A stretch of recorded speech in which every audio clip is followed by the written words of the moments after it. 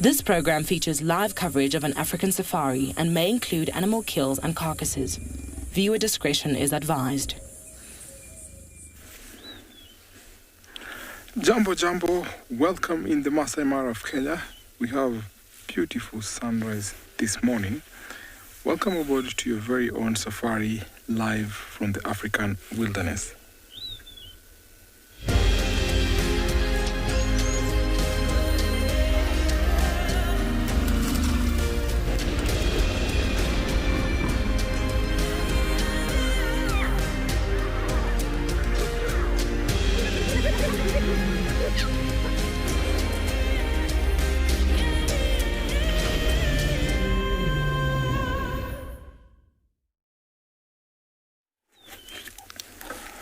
Good morning, everyone, and warm welcome to you here in the Masai Mara of Kenya. We have very nice, beautiful sunrise, birds chirping.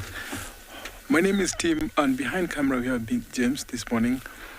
We have nice weather, 16 degrees Celsius, about 61 degrees Fahrenheit. Just listen to the birds singing. Very, very nice. Please send us your comments and questions at #WildEarth. Or the kids' questions at wildearth.tv, on the YouTube comment section at AFC. Visit also www.wildearth.tv/explorers to see what exciting news we have in there.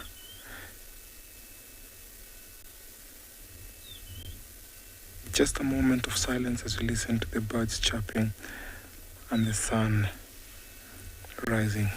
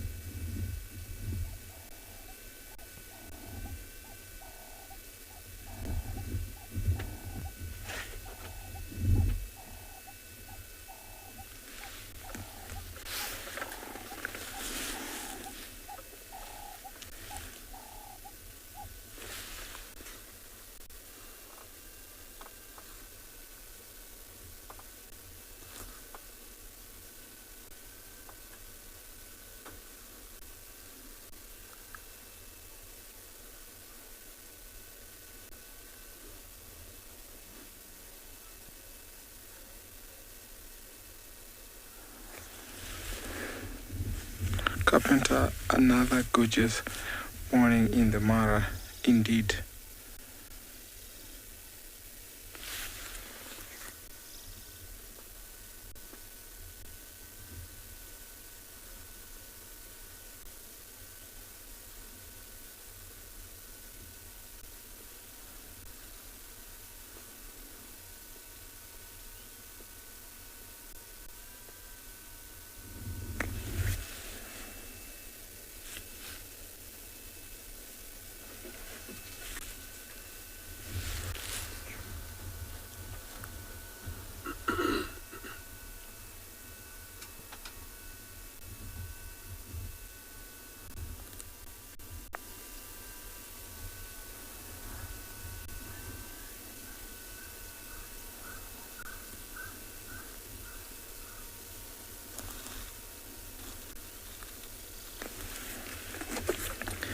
The golden light is soon changing the color of the grass, and I'm beginning to scan around and see what's around.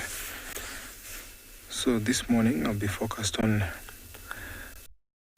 going back to where I last saw the owinos, and also maybe heading to the river to see if the zebras will cross this morning. So fingers crossed for that. You can hear the ring-necked dove calling. It's very, very beautiful.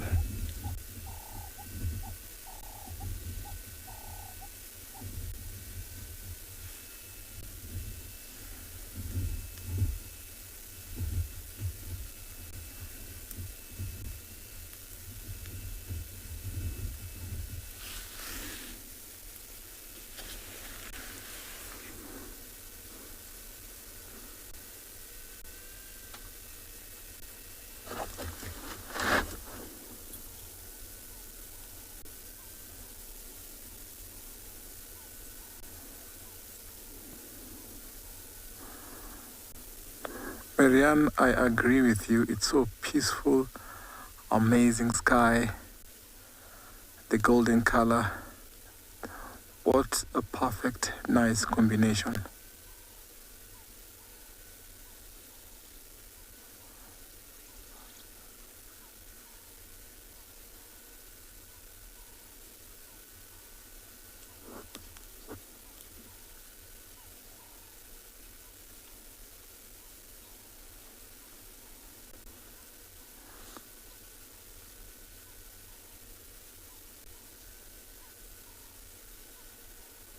As I'm still scanning, I can see something in the long grass, so I might drive there to see what's there.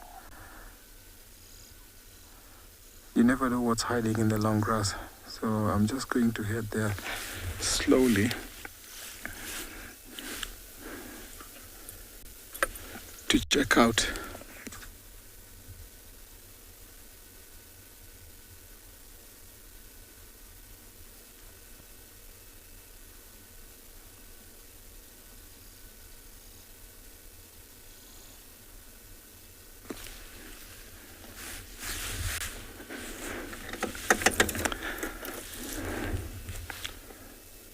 I can see something like a cat in the long grass, so I'm just going to drive there.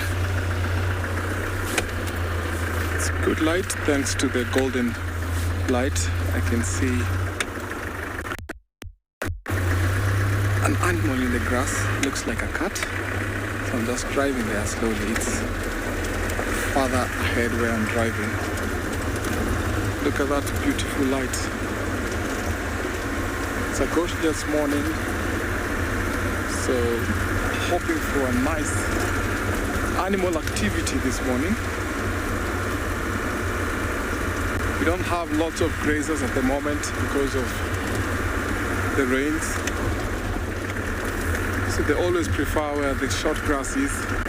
So I think that is where I'll also be concentrating, just close to the river also, unless something else happen or we see anything else.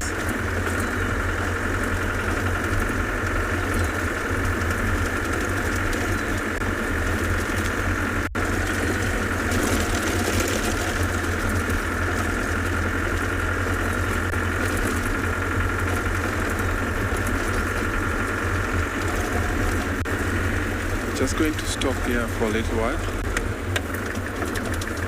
to scan again, because whatever I saw was in the long grass, that direction.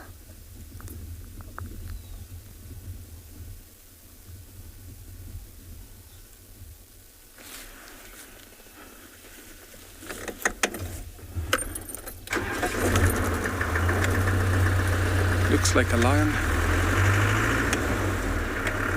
So I'm trying to find a good path to take me there.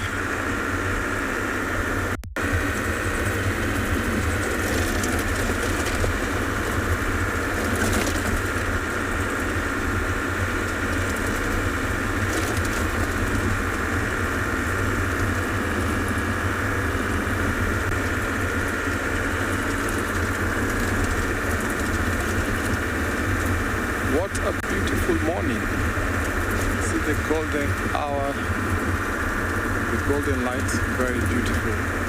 So as I'm locating and trying to find that cat, because it's definitely a cat from the posture, let me send you over to another live location.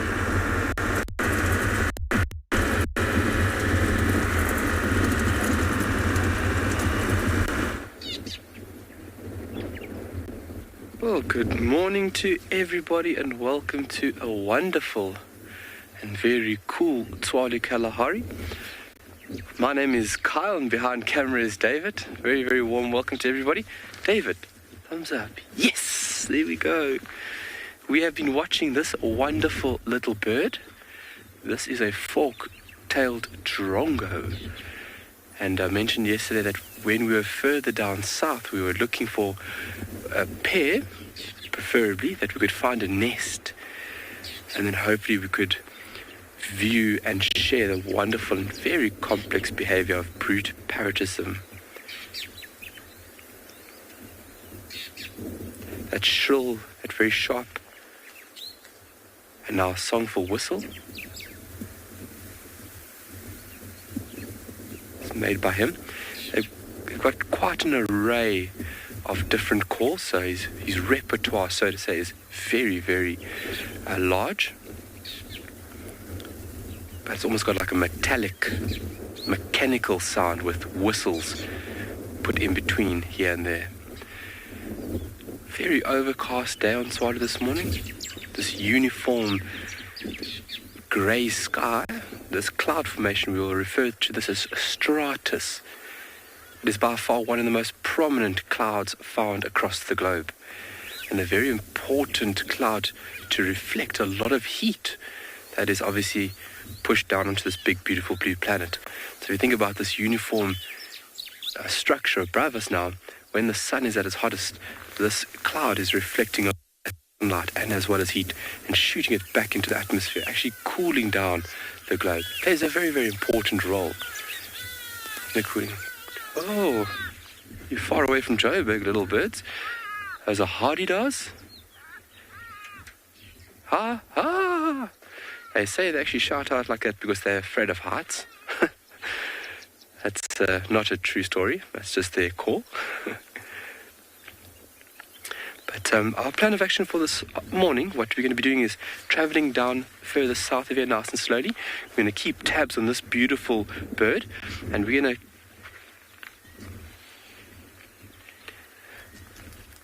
Can Drongos imitate other animal sounds? Yes, he can. I have personally witnessed and documented a fork-tailed Drongo giving an alarm call that sounds almost identical to that of meerkats. They are fairly sneaky little birds, and they've got a few little sneaky tricks, so to say, under their wing. So they don't have pockets under their wing. So yes, imitation of certain sounds, mammals I personally have, and then also other birds. They're able to mimic and copy bird calls quite closely. There he comes back. He's got a nest here somewhere, because this is where initially where we found the bird, and you can see he's very vocal right now. So I'm thinking there's a nest somewhere very close here.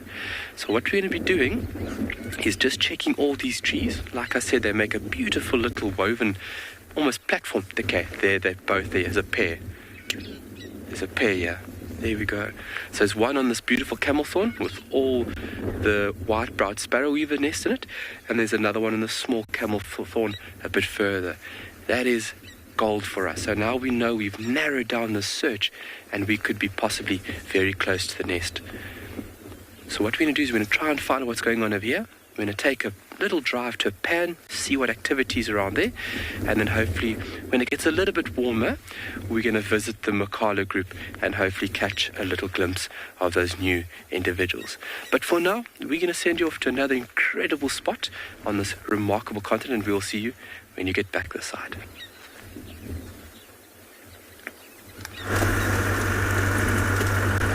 Welcome back to this other side of the Mara. I'm still driving to locate where I saw the cat, but it's soaking wet over here, so I have to check properly because I don't want to get stuck. You can see the road right in front of me, the black cotton soil is soaking soaking wet. We had lots of rains last night and the past days. So I want just to position and scan again because we have long grass over here. So it's going to be a little bit tricky. So I just have to locate it first before I head straight where the cat is.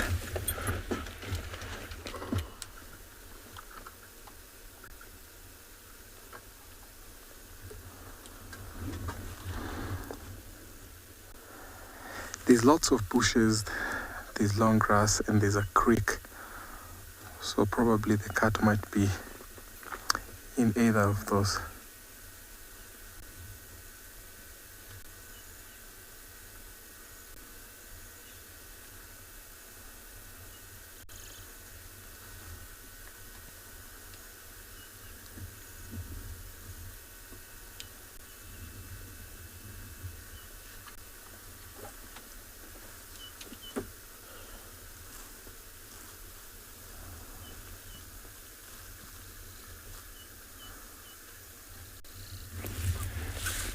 So I have to wait for a little bit to see if that cat will walk out in the open, because it looks like he was walking and scanning around.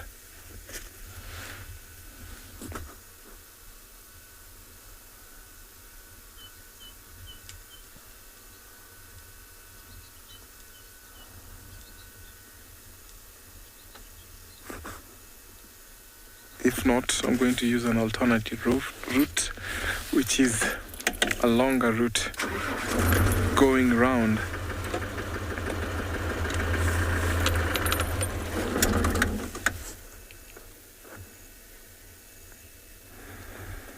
Not sure, do I think those cabs from yesterday had a meal? Not sure, I'm not sure if that might be possible. But let's find out. I'm also on the search for the owinos. So my mission today is finding the owinos and also heading to the river. It's only that we saw a cat walking in the long grass. So back to my mission.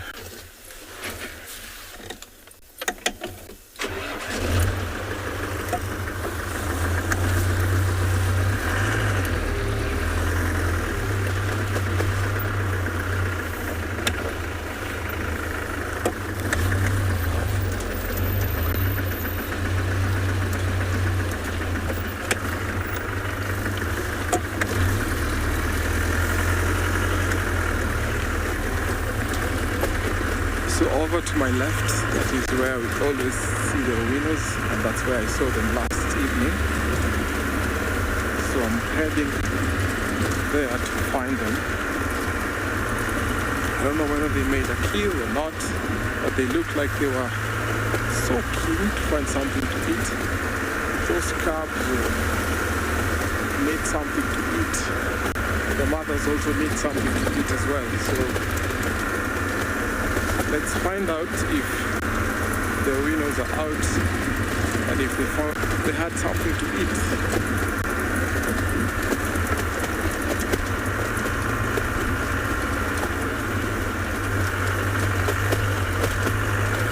Soaking wet over here.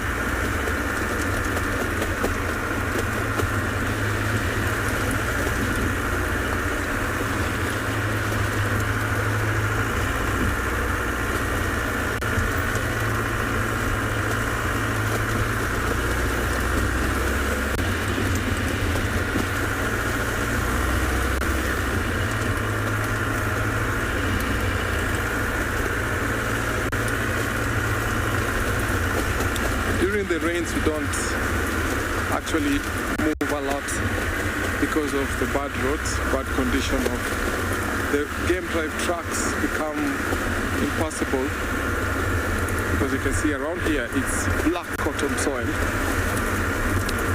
and we always avoid such places because sometimes we can get stuck. I once got stuck almost the entire day. Once bitten, twice shy.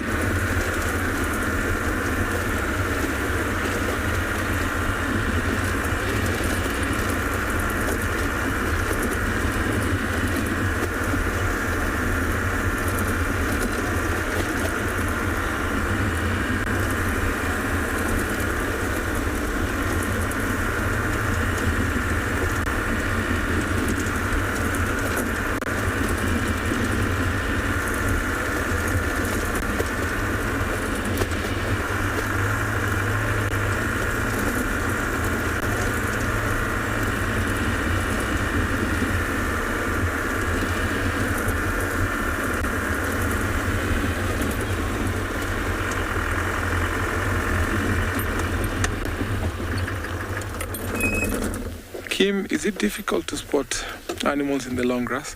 Yes, it's difficult. So we only look for certain signs. So when an animal, especially a cat, is walking on the long grass, they'll always be flicking their tail, and sometimes they always pause on a raised area, maybe a termite mound. And that's the posture you can see. And sometimes also the ears flapping. So those, when I'm scanning around, that is the signs that I'm looking for. And also birds and other animals might warn you if predators are around. So yes, sometimes it's difficult to spot game in this long grass. That's just a few minutes ago I saw a cat, but went there, can't see it because of the long grass. So I'm heading a different direction where I saw the winners last evening.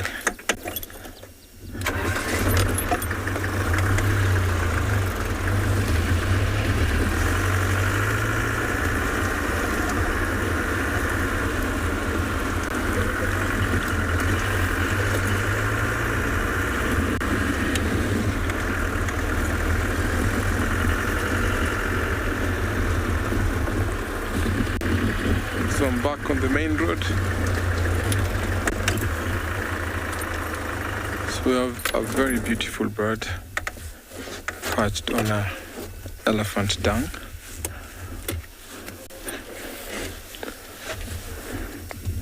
So I might ask viewers a question. So what bird is this? What bird is this? It's always found in the long grasses. It's a common resident in the Mara. It's often seen in the long grass. So please send us your answers. We'll be waiting for them.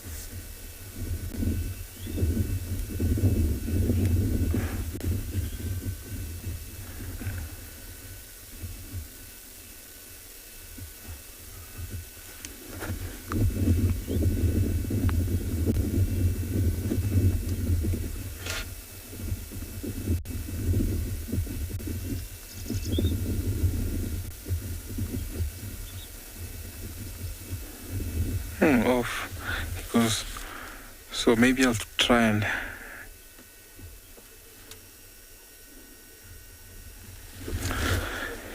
yellow-chested bunting, not quite, but the bird is yellow. So I'll try and see if we can find that bird again, because there's lots of those birds around this grass. So just to give you a clue, the bird has a holax claw. Holax claw is the hind claw is longer than the rest of the claws. So just to give you another clue. So I'll still carry on my mission.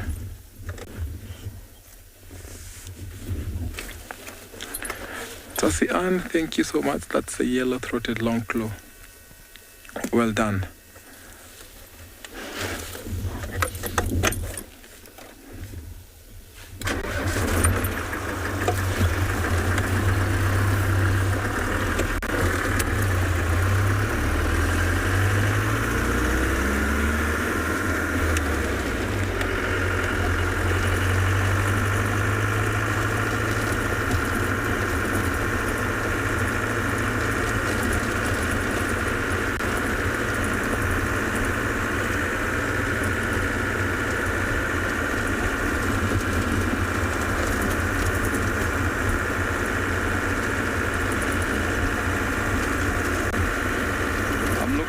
Spot where I can stop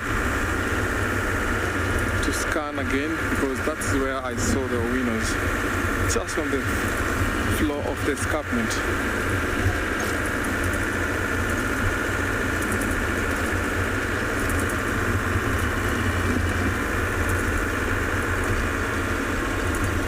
This looks like a good spot. Let me just scan again. So in my search for the owinos and other cats and probably something else, let me send you over to another live location.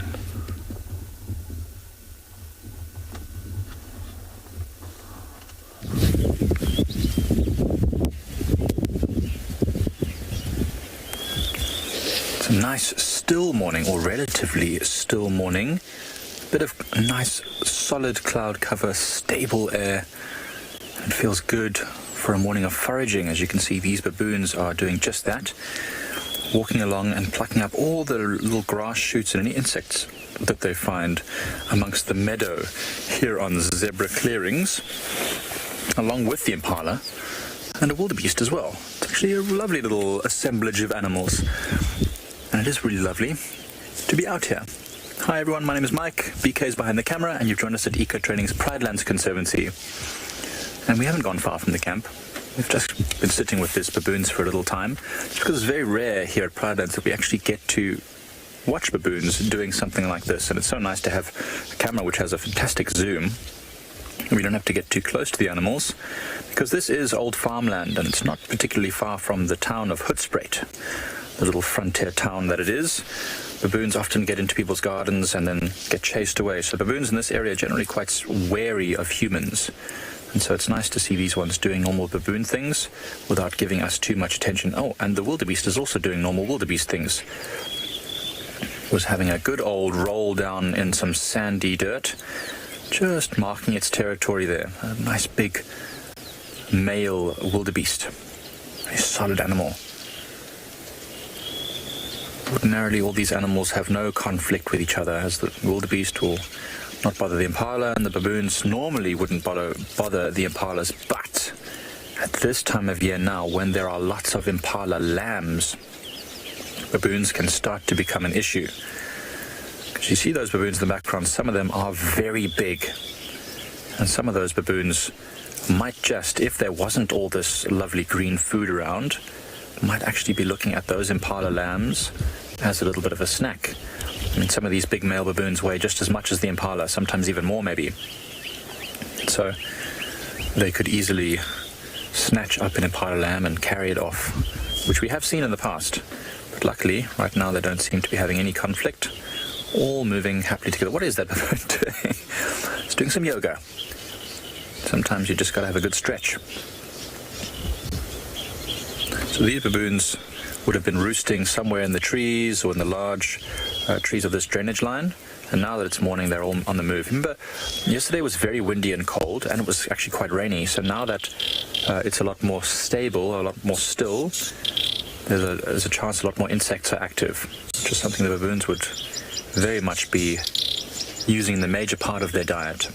They're omnivores, as you know, so they'll eat a little bit of everything. Just like us, I suppose, for the most part. Lol, absolutely they do. Baboons are expert infiltrators. They can get anywhere they want, really. They're very, very intelligent. Almost nothing can keep them out. Many of these wildlife estates in these areas have electric fences around them, to stop animals like lions and elephants from getting in there where there's might be people and young children and stuff. And it doesn't stop the baboons. They can get their way over anything. So they do wander often into human habitations, and that's where the conflict arises, because they can be quite destructive. I remember once at Ngala, actually, I had to look after one of the managers' houses whilst they were away for, a couple of weeks or whatever on their leave, and I left a window open just a crack, just a little bit, to allow a bit of air in, and I forgot about it overnight. And then the next morning I went out to guide. When I came back, it was a disaster zone. Baboons had found their way in that house by ripping open the window, and they'd flipped the fridge over, they'd pushed over the couches, they'd opened cupboards. It looked like someone had thrown a grenade in there and just let it explode. But when baboons are out in nature, it's lovely to watch them. They're very, very interactive, very communicative. As you can see there, some of the younger ones feeding in the front. There's a massive male baboon there, one of the males that probably dominates the group, walking at the back. huge canine teeth. I don't know if you've ever seen a baboon open its mouth. Those teeth are comparatively even bigger than a lion's teeth. Nocturnal by nature, baboons' tails are really weird because most primates' tails are, straight, and a lot of them are even prehensile. But because baboons spend most of their time on the ground, they're beginning to lose the function of the tail, which allows them to be more agile in the trees. Now they're very good in the trees still. They're very proficient, running up and down the trunks and the branches, especially the younger ones. But because they spend so much time on the ground, they no longer need that tail to be very flexible and very, prehensile. They can't control it. It just kind of hangs there. It almost looks like they've all been broken, especially as they get older. The younger baboons' tails don't have such a pronounced kink in them. They're a bit more rounded, but definitely interesting. Very weird. Vervet monkeys, the other monkey that we get here, the other primate we get here, they don't have this kink in their tail. They've got a tail which can be controlled fairly well, although it's also not prehensile, because they do spend a fair amount of time on the ground as well.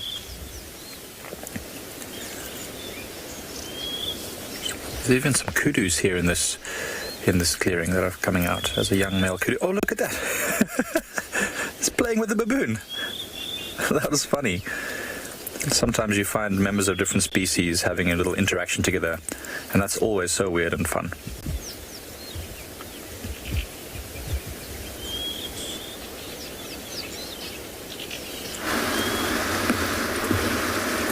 Well, jumbo everyone. I hope you're all well and happy. I'm also very well, thank you. This morning I'm in search of lions, the River Pride. This is the area where we left them, and they looked like they were going to hunt, but I haven't seen them yet. I don't know if they got a meal or not.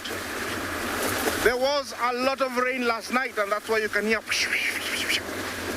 But I'm gonna stop here for a little bit. There is a very beautiful herd of Ngala.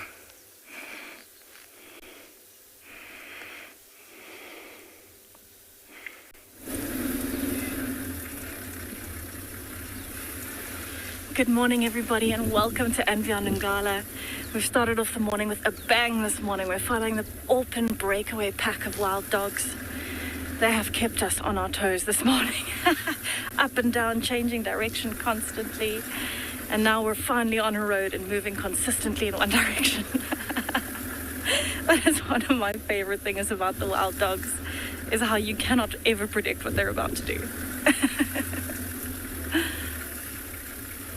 So I think they're looking for some breakfast this morning. They might even be looking for the rest of a different pack, maybe. My name is Tess. I'll be your guide on safari this morning at andBeyond in Ngala, and behind the camera we have Sebastian. Oh, having an exciting morning start like this.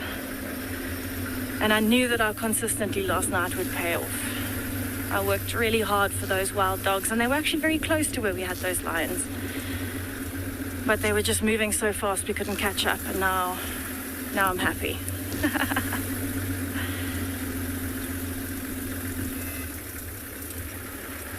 Right, so I'm going to stop here and see what they do. They look like they've got my caps in the frame.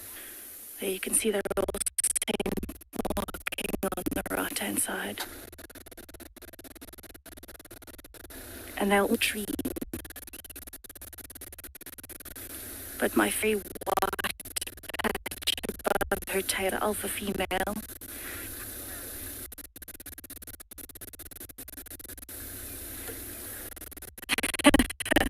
So I'll stick with them this morning. It's very active, so I'm hoping they find something to eat.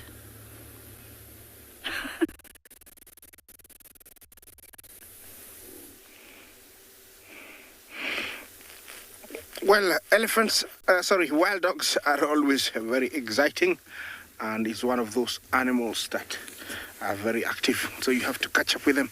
But look what we have here, a very, very big herd of elephant. The last few days, there has been quite a good number of new calves, and I must say, either it was very timely, well timed by the females to give birth this time of the year, because there is plenty of grass, or it was badly timed because there is a lot of rain and it's very chilly and cold.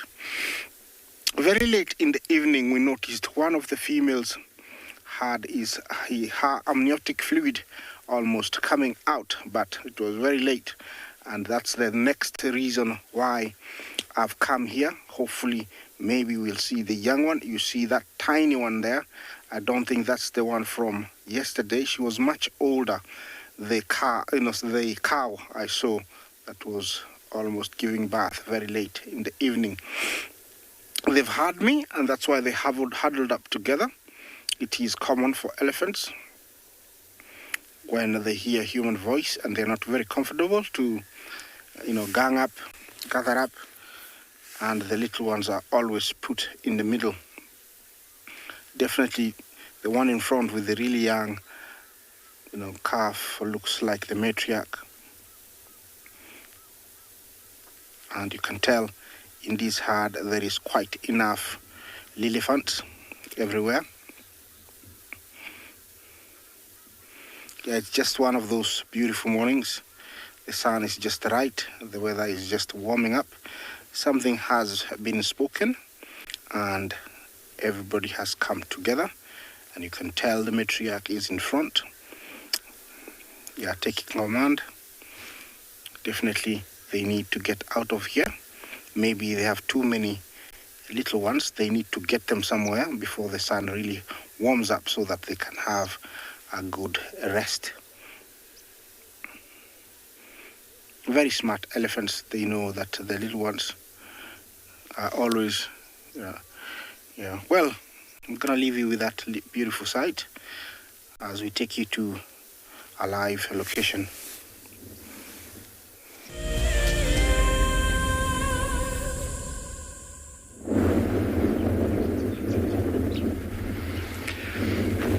Elephants are very smart. Out of all animals I've had the luxury of getting up close and personal with, elephants have to be one of the smartest I've dealt with. This is a nest we've just located over here. We followed that pair, the fork-tailed Drongo pair, and on close investigation, myself and David actually located another 2 individuals with that original pair. And then we gathered all the information, and that is actually the juveniles that have now fledged from the nest, which was pretty remarkable, us obviously putting all the pieces together. So it's the juveniles that had fledged from the nest and was currently with the parents. But a brilliant question was asked: what is that bird able to mimic other mammal calls? So like I said, I've personally experienced them mimicking that of meerkats, but as we were walking there, I was fascinated by a call that was given by this little bird. It was actually mimicking that of an alarm call of a springbok. And if you've ever had the luxury of hearing a springbok, it's this very sharp, almost like whistle note. And that's what it was busy doing. It first got my attention from the mimicking of a crowned lapwing call. And then I had to point it out for David. It was phenomenal. But this is a nest, a very flimsy, very inconspicuous, almost looks like very untidy nest. This could possibly be a dove or even a fork-tailed Drongo. Fork-tailed Drongo, what I've seen in my experience, a little bit more neater than this structure. It could have been subject to a bit of weathering. But you can see there was chicks over here because you can see all the scat in and around the actual nest structure itself. But remarkable just to see this little piece of material.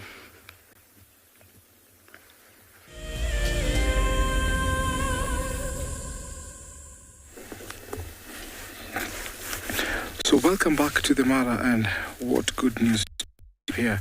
We have one of the 6-pack from the Bila Shaka coalition. He's courting a young female, and that looks like a mating couple His name is Kibogoyo, and the young female, a young lioness, has just come to her first mating season.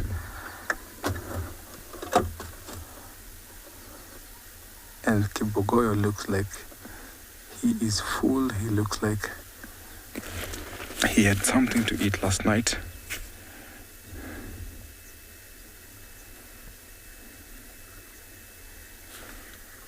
Nice couple. When it's this wet, cats will always utilize the roads. So road blocked today, no heading to the river. Look at how he's guarding her. So we've just seen two of the collision. So they're just lying into the bushes, but this is more interesting because they're out in the open, out in the road, and actually mating. Seems like just the beginning of this mating. So just waiting to see them go for the second round. It always happens after every 15 minutes. So let's find out if it's going to happen after 15 minutes. So reckon about 4 times in an hour.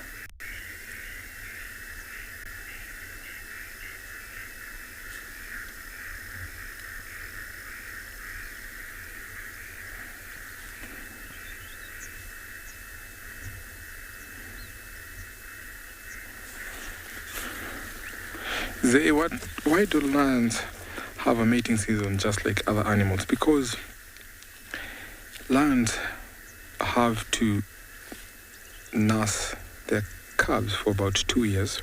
That is when they're weaned. And after they independently successful, that is when they'll come into season. And because we have different litters in lion prides, so those who will reach 2 years will actually come into mating.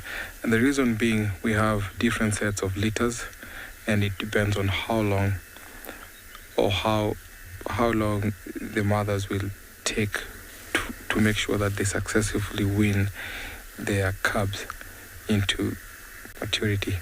So after every 2 years, that is the reason why. So to come back to your question is because we have different sets of litters in the lion prides.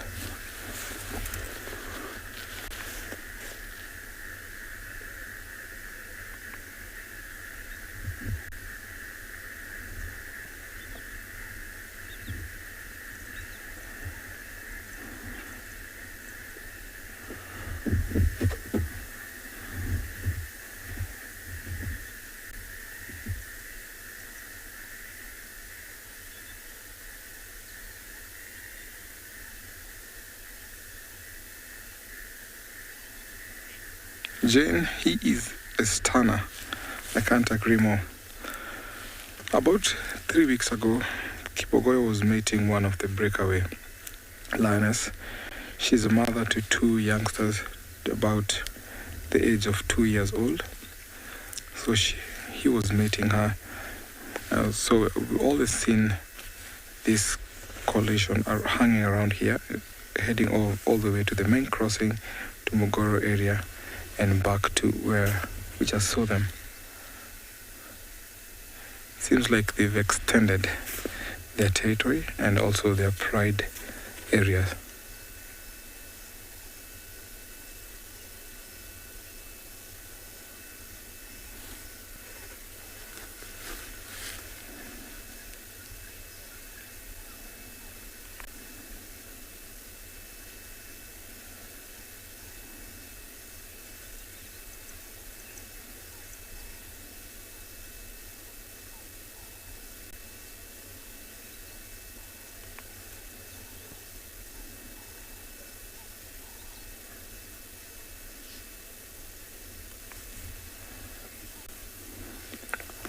He's still looking around, watching over, see if the rest of the lions are around.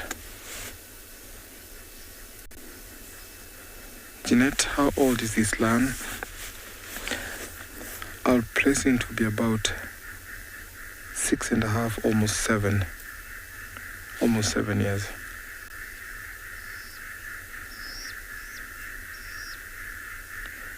Their father, who was a big male, he roamed around Double Cross area and a pride called Nkoyanai Pride.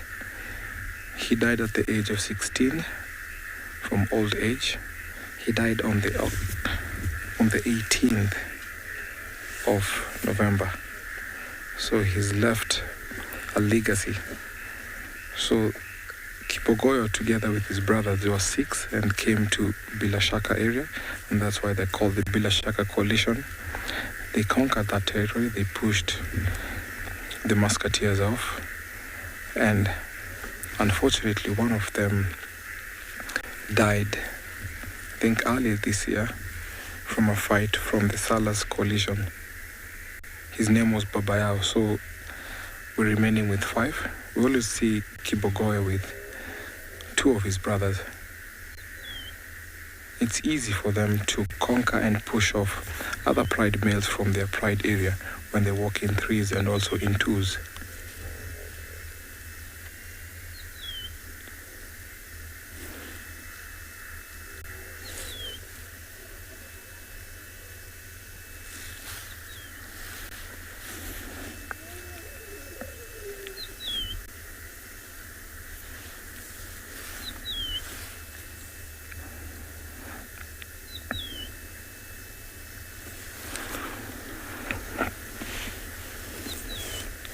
I think we have other people coming in, and that's why she's so curious. She's watching what's approaching her.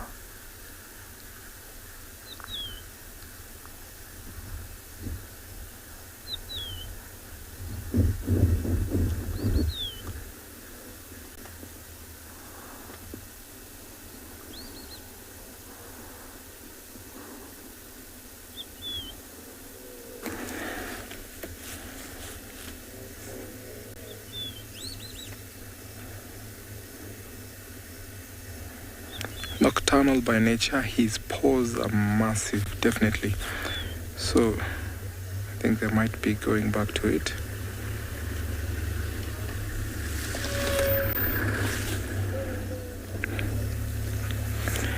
He's making sure that he doesn't walk away from him.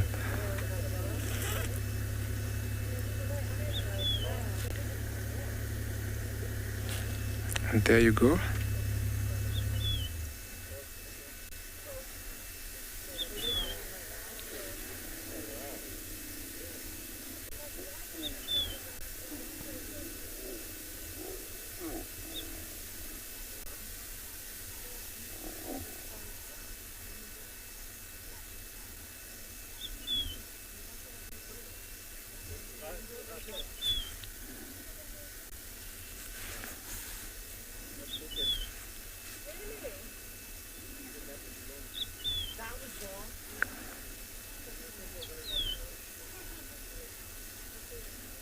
There's a hippo walking in the background. I think the hippo is walking back to the water. So Kibogo is guarding her, making sure that no other male is just close to them or mating with her.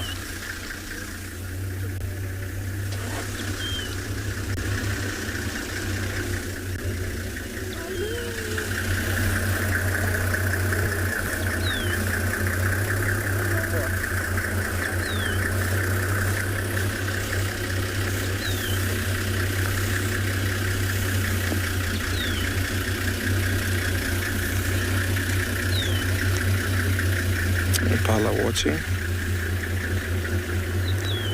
So we have other people who just come to watch this mating couple. So I'm just going to give them a little bit of space as I take you over to another live location.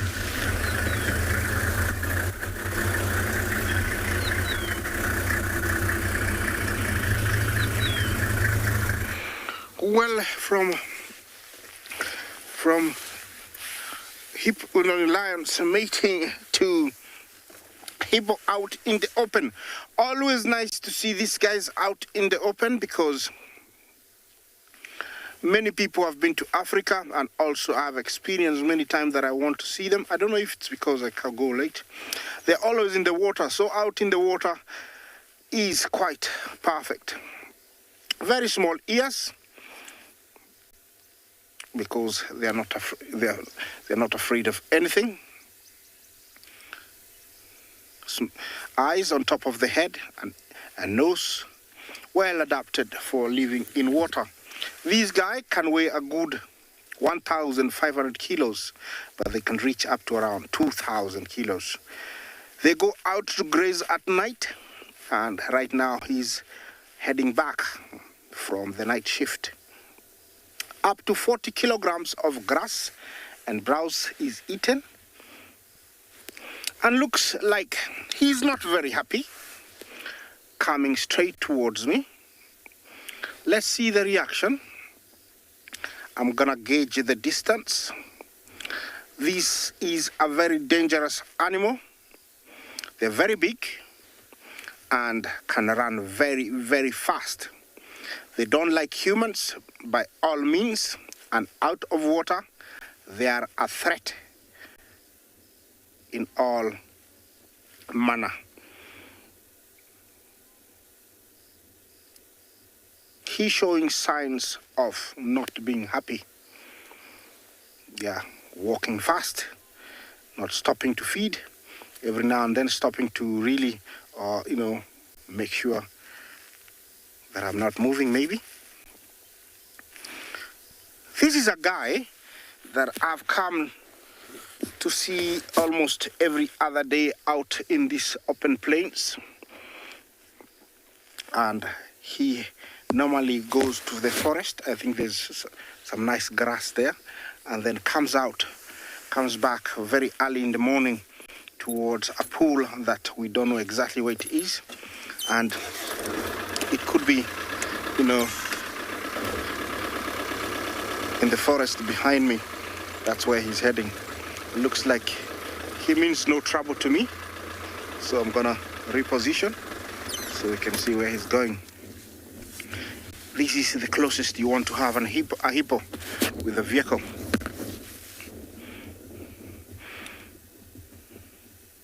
Yeah, they have canines for fighting, and they can inflict serious injury. We have no shortage of these guys in Africa. They are widespread from, Lake Victoria, Kenya, all the way to Southern Africa, and you'll find them anywhere where there's permanent water. And lakes, dams, you will find them. That's how close we are. We are able to zoom in to see all the details. Well, I'll let you enjoy another live location while I reposition.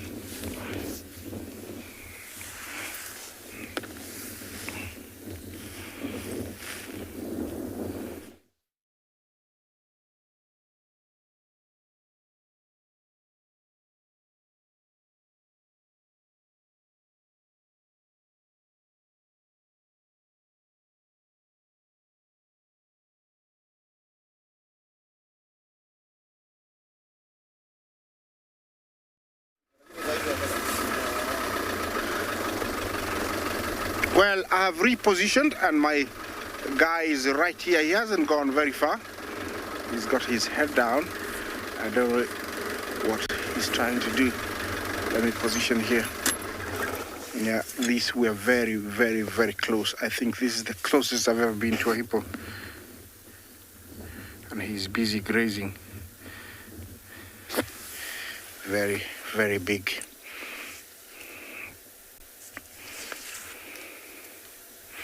Sometimes they'll stay still like that for as long as possible, hoping you don't notice that they are an animal. You think it's a termite mound, especially if you don't know your habitat really well. You might walk or drive into them. Definitely he's not grazing, he's got his head down. Gonna time to check me now.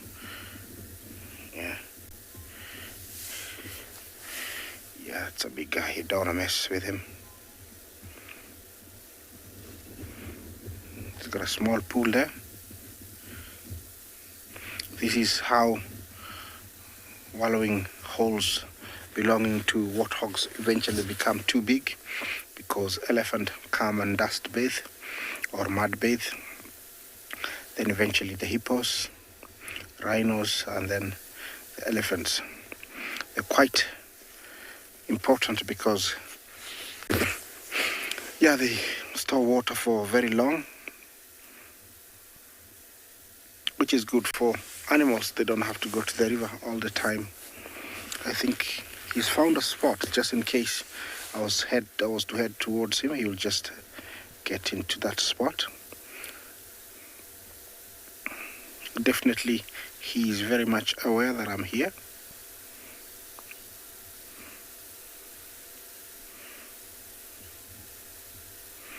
At night, they use more of their sense of smell and hearing, not their eyesight. Their hard pad and wide mouth help them walk so that they don't trip and also head in the right direction. The sense of smell does help them with that. Yeah, sliding down. Is it deep enough?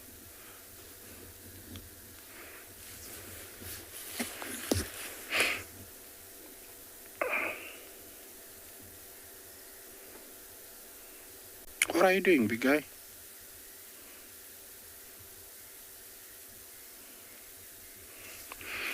Hammond, how good is the hippo hearing? It's very, very good. It's very good. Yeah, not happy at all. I think the first wallow was too shallow and he knows it. Or maybe he's gonna try it again.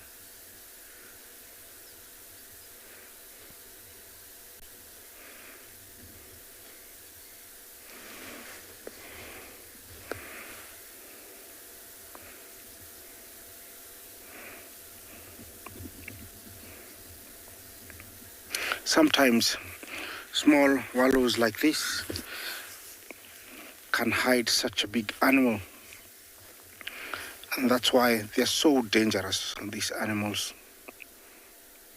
You know, him lying right there, if it's out in a village, somebody will come heading his cattle or donkeys, you know, past here, and the moment he feels like there is human, it's already a threat, and so he comes out at top speed. Usually the panic does kick in with most humans. They trip, and that's where, you know, he gets humans. So, you know, let's wait and see if he's gonna get into that little wallow. It looks very, very funny. It's him trying to go down.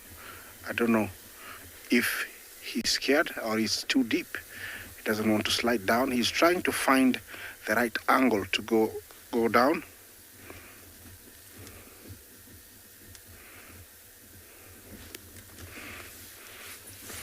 Is it safe? Why do hippos make grunting water? They are not happy at all. Yes, it is important for them to vocalize. That's how they communicate, and also males tell off one another. Also, females can recognize the male's voice, so they know where they're supposed to be. It's all contact and communication. Definitely the behavior he's portraying, 100% he's not happy.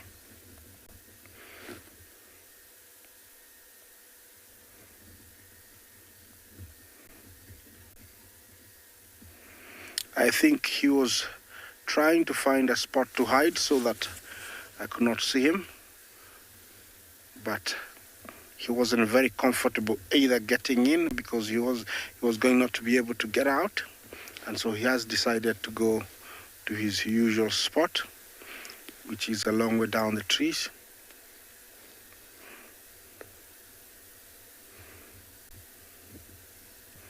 Yeah, that's where he's heading, down there towards those trees. We have never accessed that area because it's full of buffalo, hippo, lion. That's where the River Pride gave birth about 2.5 months ago.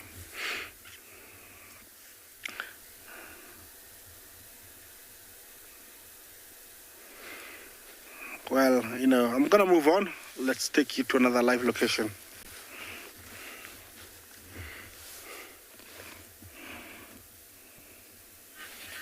I can't see it though.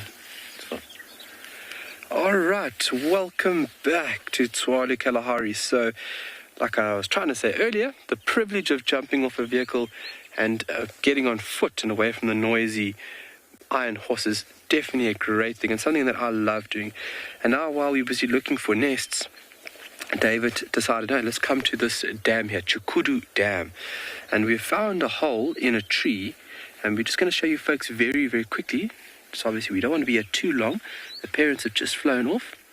Inside this natural tree cavity, which would more than likely be an old woodpecker nest, there are 3 tiny blue eggs.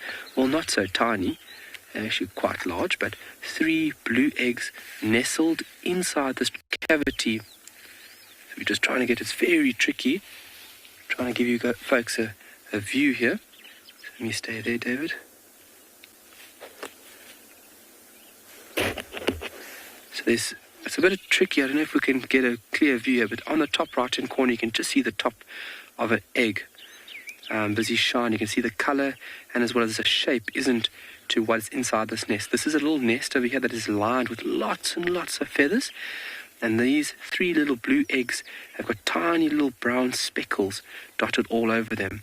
And this is a perfect sight. And what got my attention first when we got here was the material outside of the nest. You can see right over here.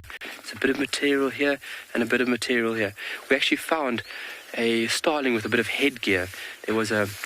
Maybe you can get in there, Dave. Let me do this over here quickly. It's very tricky. Dave is obviously trying his best to give us a little glimpse, but it is almost impossible to see these little objects. And what we're going to be doing is just watching the starling, because it'll be pretty amazing to see this individual come back and feed these young. And like I've read now, just quickly, there we go, David. There we go. There's the egg, guys. Look at that. So it's like a light baby blue with tiny little black speckles or dark brown speckles over the egg.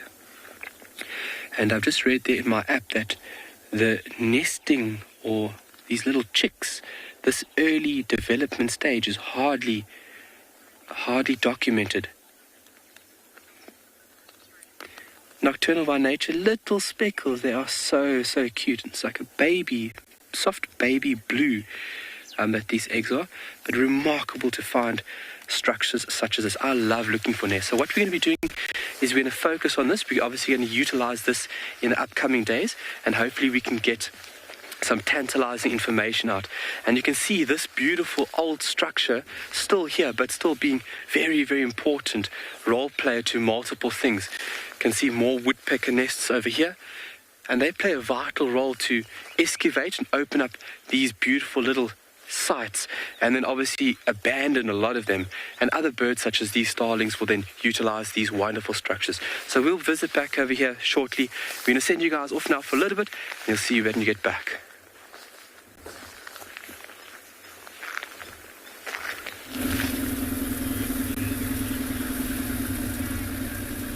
Welcome back to andBeyond Ngala, everybody. So we had a very brief little moment of glory there with the wild dogs. And then they went jetting off into this massive, we call it a block, that's on my left-hand side at the moment. And it's quite thick, there's quite a few drainage lines, so I'm actually coming back around to where we first had them before they started jetting off in the opposite direction. And I'm looking here because there was a herd of impalas here earlier, and the way that they were heading, they were coming back towards here. I mean, that being said, while we were following about 1 million times, they changed directions. They were going north and they were going south, and they were going east and they were going west. So it's always interesting trying to find them again. But what we're actually doing is Trico, one of the other rangers, is doing the route on the left of that block, and I'm doing this route which is on the right of the block. And I'm hoping that we bump into them again, because it's not that big of a block, so technically, I mean, they should come out the side. But knowing them, they've probably changed direction. Maybe they're exactly where we had them. But we just weren't able to follow them through that riverbed. So I'm going to keep going on this road. Hopefully I bump into them or find their tracks crossing, and I can use that to find them again. Wish me luck.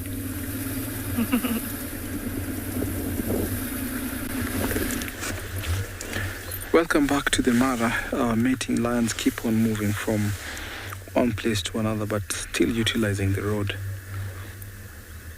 We keep on watching them mating, but seems like he's guarding her so much and making sure that no other lions come in. I think Kibogo is the dominant of the three that he walks along with.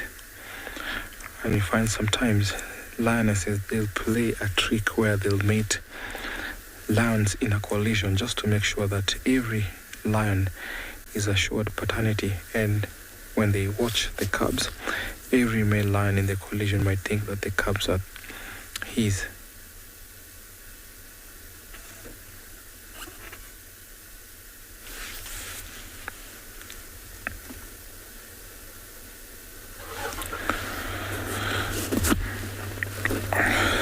Ngala menake.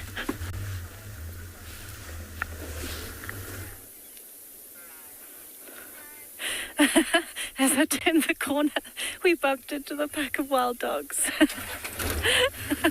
They're heading straight towards some impala we just saw. So I'm going to be following them down the road. This is so exciting. Right place at the right time, everybody. Must have been those well wishes that we got. It's amazing how quickly they move. Right, so I'm going to keep moving behind them purely because I know there's a herd of impalas ahead of us. So I'm not going to stop just yet, but you can see them running in the road. Station's relocated on the pack going east on Caracal from second clearings. Trico, you can make a way. East of Caracal, second clearance. Affirm. Have a look at them running and playing down the road.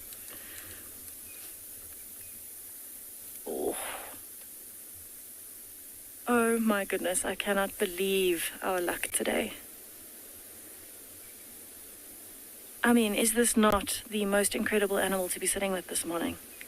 And to think how hard we looked yesterday, they're actually not that far from where we had the tracks yesterday. But I just love the fact that, you know, you come back to the same area, you work hard and you get rewarded. It's always incredible.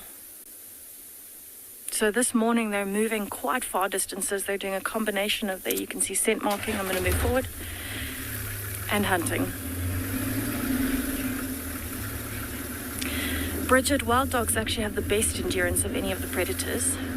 So they actually rely on being able to outrun an animal in terms of stamina. So they can keep running a lot longer than things like an impala could. And so they will just keep running until other animals are too exhausted to outrun them. So they have incredible stamina. And you can see it from their body structure, those long legs that you can see on that female. The very, very sleek shape. They are so fast. Look at that Swainson's profile in the background.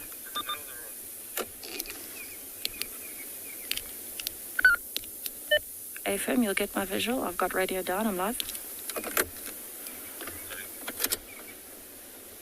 All right, so we're actually going to sit with them for a while here.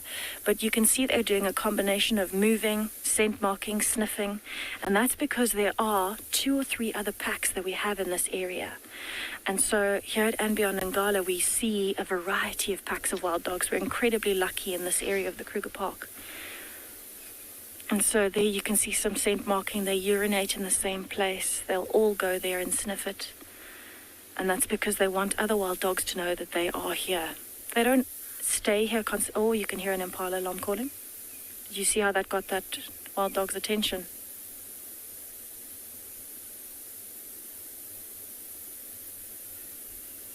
Did you hear that? It sounds like a sneeze. It's an impala alarm calling.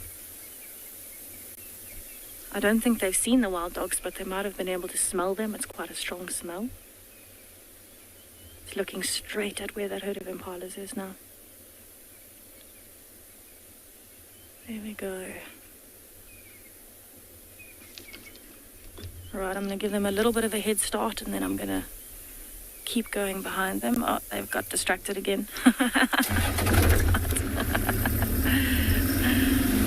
think that's maybe why I relate to wild dogs so much. Easily distracted by shiny objects. I'm exactly the same.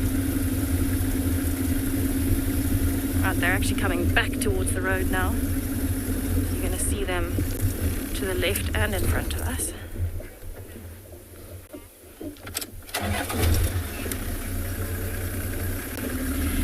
Tom, yes, that certainly seems to be their favorite meal here. Impalas are the most common herbivore, the most abundant, and especially this time of the year with all of the lambs, they are definitely a favorite of the wild dogs. That being said, they'll catch anything, steenbok, duiker, birds. There's the impalas are actually in front of us. Okay, I'm gonna stop here for you. This is insane. Alright, so the dogs have actually started splitting up. We've got two that are kind of going towards the impalas. The rest have gone a bit more to the left. You can see the impalas have seen them. There's a zebra that's seen them. They're almost strategizing. Right, they're all going towards the impalas now. The impalas are running. The impalas are running. There go the dogs. And the zebra's chasing the dogs.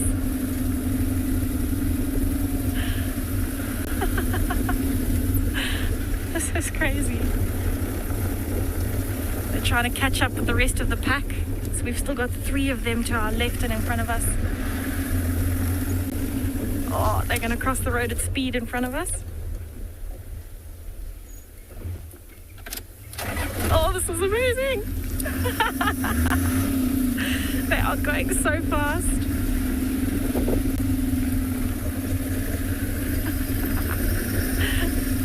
Oh, I can still see them running in front of us. So I'm really, really hoping that that stamina kicks in now and that they do actually manage to get hold of an impala. They're going towards a massive clearing here in front of us. And I think that's exactly where the impalas would have gone to.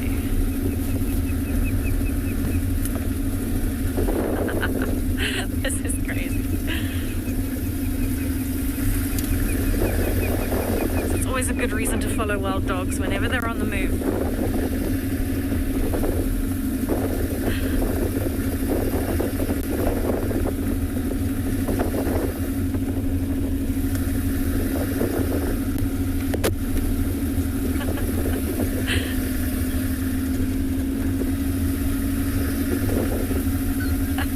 They definitely do bolt. They definitely do bolt. And just like that, they would disappear. Right, so what I'm actually going to do is switch off here because I'm kind of in the middle and I'm just going to listen. Because once they've made a kill, they make quite a lot of noise. And if they split up, they make quite a lot of noise to find each other again. So we're just going to listen. We're listening for squeaking sounds or hooting.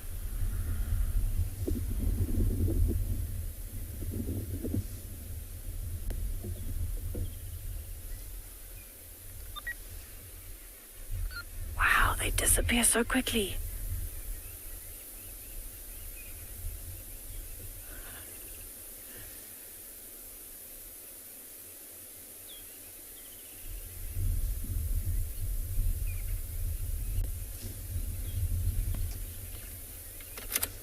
Alright, so I can hear those birds making a bit of a noise up to our front left. You can see zebra on the left as well that's watching.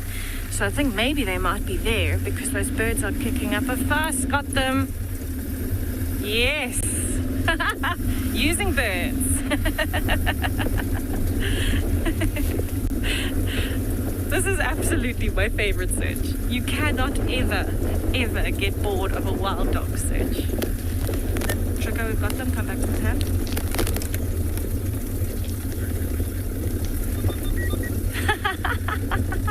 This is crazy. They clearly didn't get an impala. They got distracted by a smell. Maybe the impalas outran them. Come back to the pan at Ngala clearings. We got them. there's actually still 2 zebras here. So they're not going to go for the zebras, but the zebras want to know where the wild dogs are all the time anyway. But they've definitely got a smell there that's fascinating them. Maybe another pack of wild dogs scent marked there, or maybe even a hyena. And interestingly enough, there were 2 or 3 hyenas following them earlier, but they seem to have outrun the hyenas as well. You can see they just don't get tired. They just run and run and run.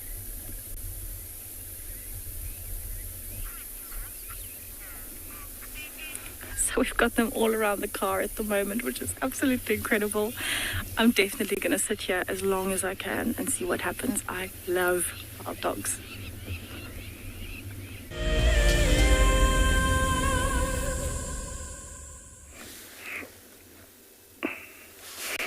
Well, from wild dogs to cats, and I have Kijana.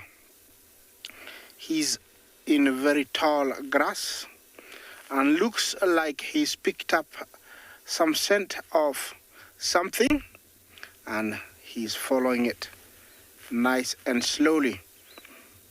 Kijana is a fully grown male lion, but his mane is rather a little bit scruffy, so it's not well formed. That's how quickly they disappear. I don't know how many there are in that long grass, but I can see Kijana, and that is Olalashe over there. You can see a little bit of his mane.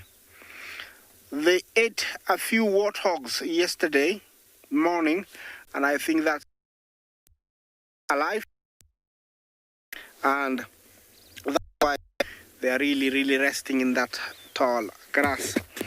They were with 5 lionesses, and I would be lying to say they're all here, because it looked like Olalashe and Kijana had taken most of the kill because they were belly full, and so maybe the females have found a chance to sneak away.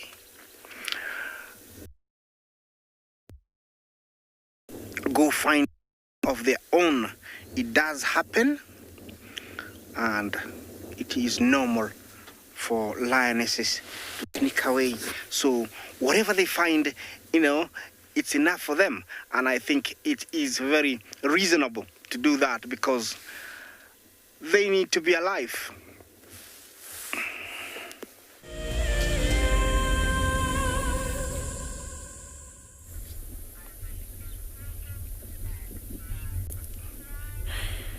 Welcome back to the open breakaway pack at andBeyond in Ngala.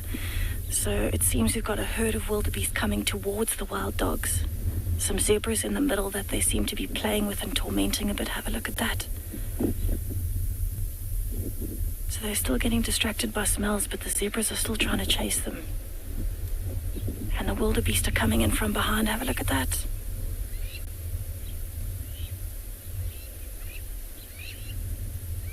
My goodness, this is crazy.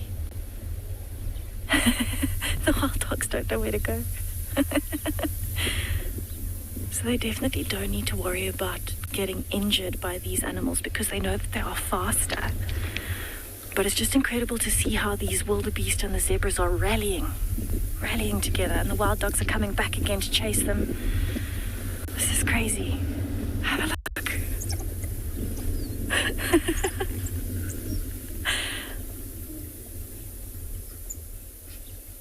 They're all around us right now. They're actually coming back around. We've got the zebras and the wildebeest, more wild dogs on the left, some on the right.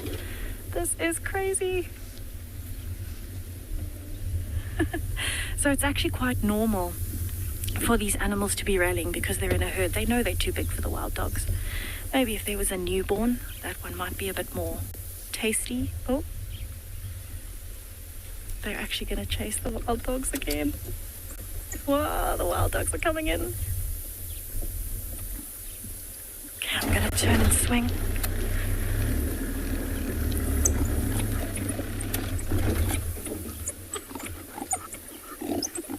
I love the sounds. Oh my goodness.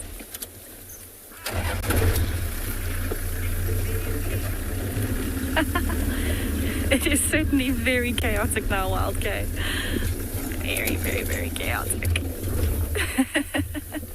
So we got the wild dogs off to the left, the zebras following, the wildebeest behind them. It's almost like a bit of a game to the wild dogs this morning. They're not scared. They just see it as a bit of a, well, it's even actually a chance to practice. But they're certainly not losing interest. They keep coming back for more. Oh, now the wildebeest have decided to run off. Oh. They're actually running back towards the wildebeest now. This is crazy. So I'm going to turn and face them again. But this is exactly why wild dogs are my favorite. You can never ever predict what's going to happen. You can try your best to predict where they're going to be, but they move so fast. Now they're chasing that wild dog. They're chasing him.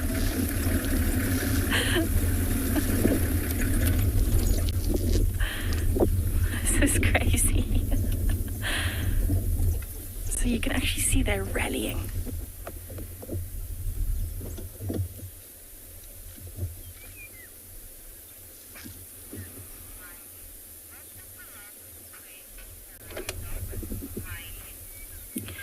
Miley, the wild dogs will eat mostly impalas, but they can take down, they've been known to take down wildebeest if there's a big enough pack, as well as things like younger zebras. I've even heard of them taking down a young buffalo calf, but it doesn't happen often. Normally they'll stick to the smaller things like impalas.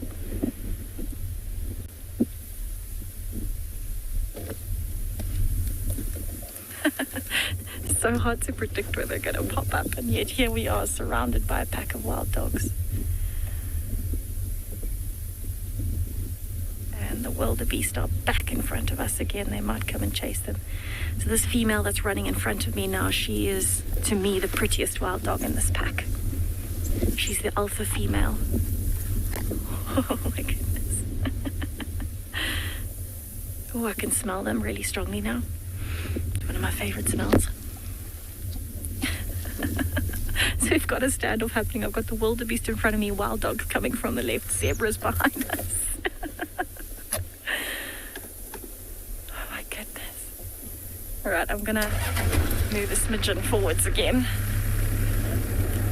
so that you can see the wildebeest and the wild dogs and some zebras in the middle of it all. This is crazy. So this is not something I've seen very often. You do see some interactions, but normally, you know, you don't get this amount of interaction in one go. They look like they're starting to move again. Wow, they really can go fast when they want to.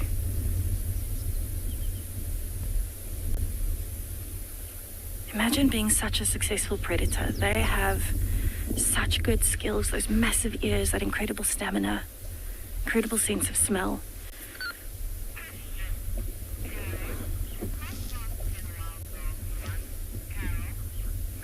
Carol, wild dogs can run incredibly fast. So when they're at their top speed, they're actually over 80 kilometers per hour, which is incredibly fast.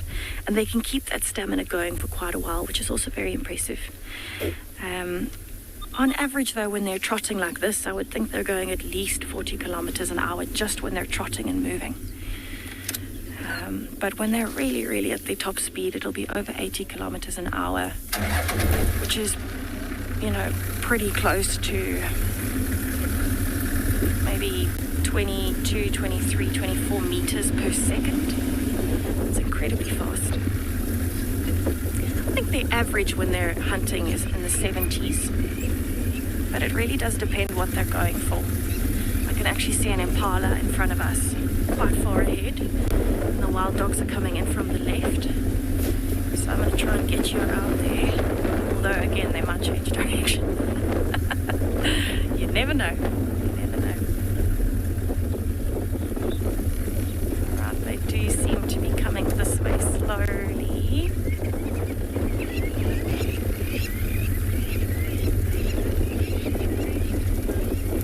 Alright, so I'm going to sit here and see what what happens. They look like they've gotten distracted with some smells again. There are some impalas on the right, but they saw the wild dogs and you can see them stotting, running away. So we're going to sit here and see what happens.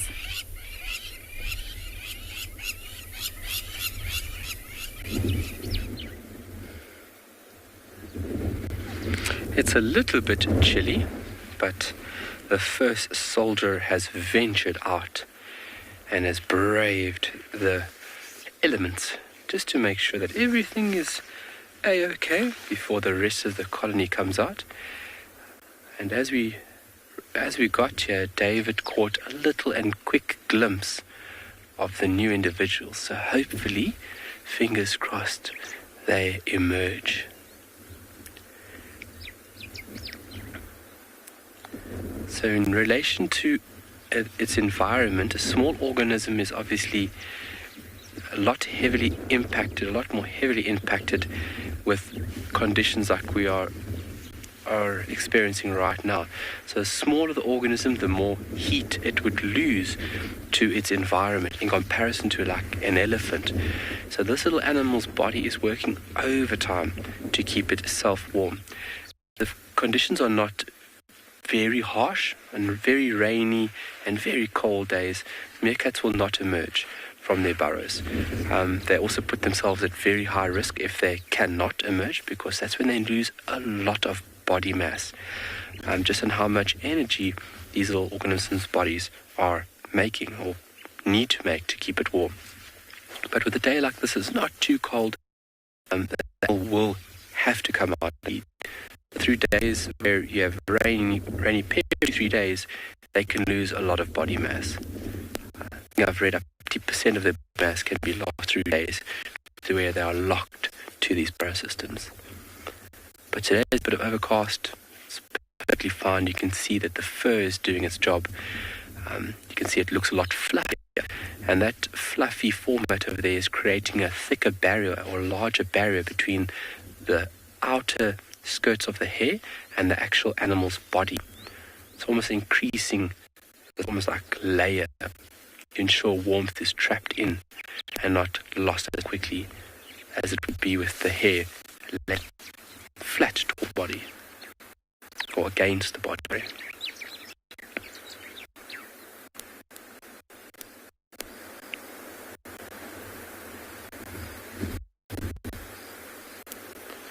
This individual using all of its senses.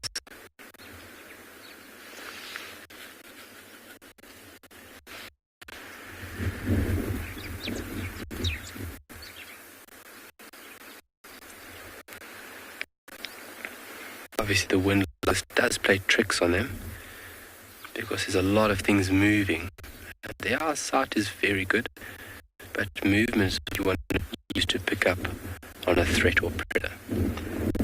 So days like today, it's going to be tricky for them because not only is their eyesight somewhat hindered, but their hearing as well. I'm a word, David. Just so you can get into this here, this grasshopper here.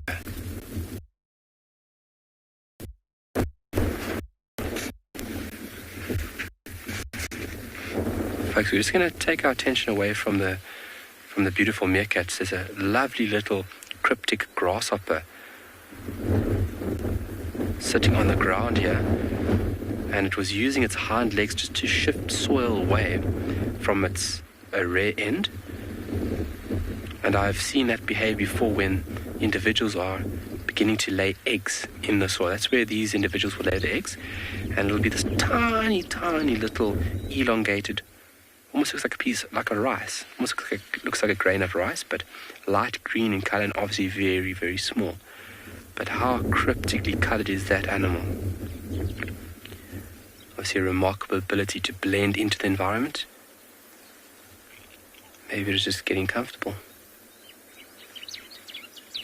But I've seen that behavior. Look at that. There we go. Shifting the soil. Look how it's tapping the ground, making a hole. Shifting more soil, making a hole. Lovely patterns, that is for sure.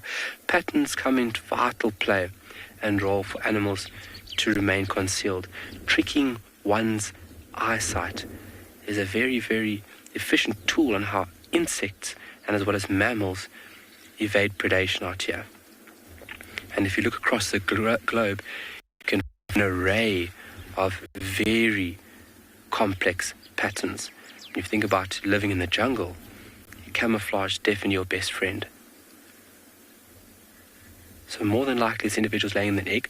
So what it was doing is it was using its hind leg and actually displacing the soil, softening it up so it can move those loosened grains out the way, so that its very unique little structure, the ovipositor, then can be pushed into the soil, and then an actual egg will be laid in there.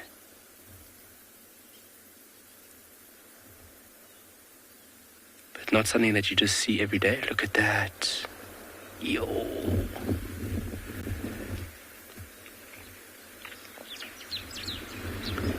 Obviously, a couple of millimeters, the soil becomes quite hardy. The top layer is very loose and very malleable.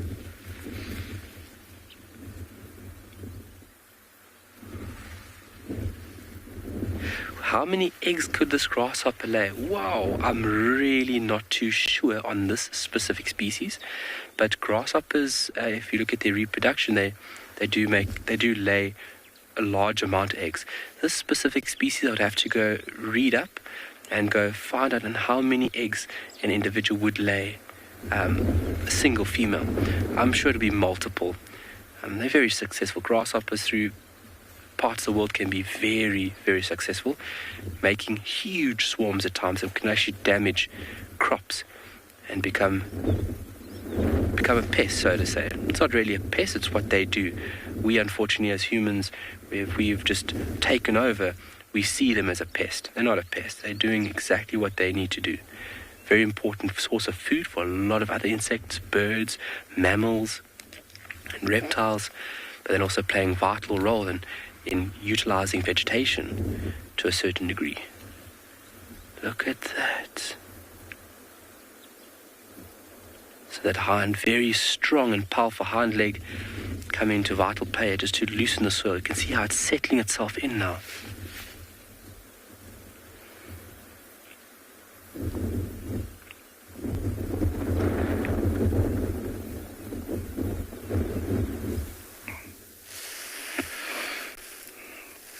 Welcome to my side of world, and here I have the common warthog, an animal that is in a lot of trouble this time of the year here in the Masai Mara. And when I say that, all the predators are going for them because they are in plenty and they are the easiest to catch or to get.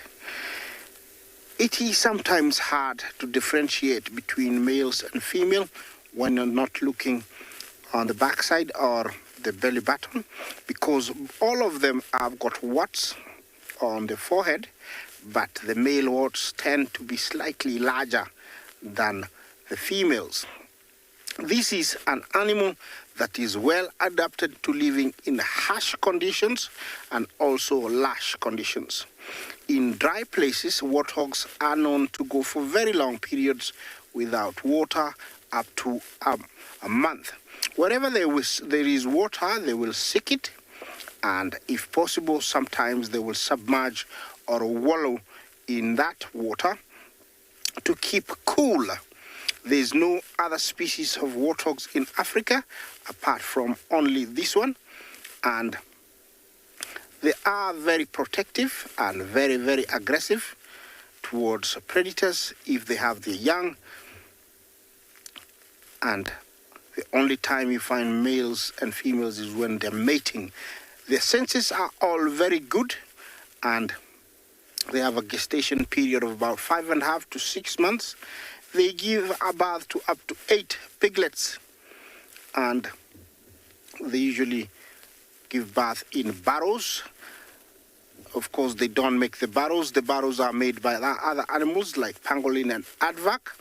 They usually come and customize them to fit themselves, and so they seek refuge every evening in that burrow away from predators. If chased, they sometimes head towards the burrow because it's the best place to, burrow.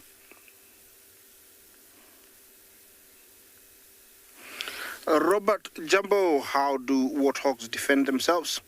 You see those tusks they have? Those ones are very, very lethal and dangerous. They are four, and the top part is quite big. The bottom part is like a blade, and it's always rubbing against the top one. And so in case of danger or being cornered, they sometimes move the head sideways, and if they get you, my friend, they can really inflict serious injury. Of course, lions go for them, but they also risk a lot of injuries. If you've ever seen lions without their lower canines or upper canines, most of them are caused by warthogs.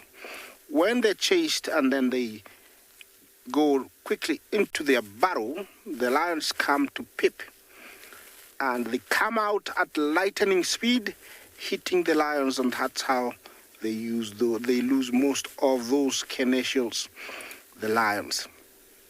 They have very short necks, and so for a better reach to the ground, sometimes they'll kneel down to get close to the ground. And that nose, it's not only for breathing, but it has got a very hard pad that sometimes they will dig tubers and roots off the ground, and even water if needed. It is so hard, it's like, our toes or the bottom of our feet. And they're not fussy, warthogs. They'll eat plenty of grass as well as scavenge for old carcasses. They'll feed on them, and they're found mostly from Sudan, Ethiopia, Somalia, all the way to Southern Africa. And the eyesight is very good. Also, their sense of smelling is very good. So their sense is actually quite acute, and they do help them survive in these dangerous plains full of predators. Sorry about that. So they do quite well, and they breed almost twice a year. They have a gestation period of 5.5 months, like I said, and the young ones usually start following their parents immediately, in a few days. Oh, that wasn't very good.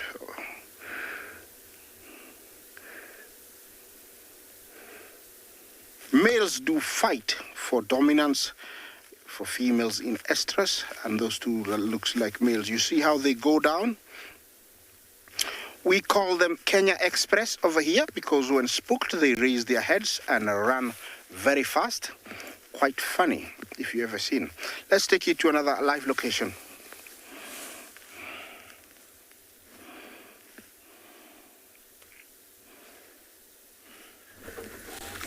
Welcome back to the other side of the Mara, and we have our lion still on the road. We can see that Kibogoyo is still guarding her. The other lion that on the six-pack is still walking, just trying to come closer, but they keep on moving and utilizing the road.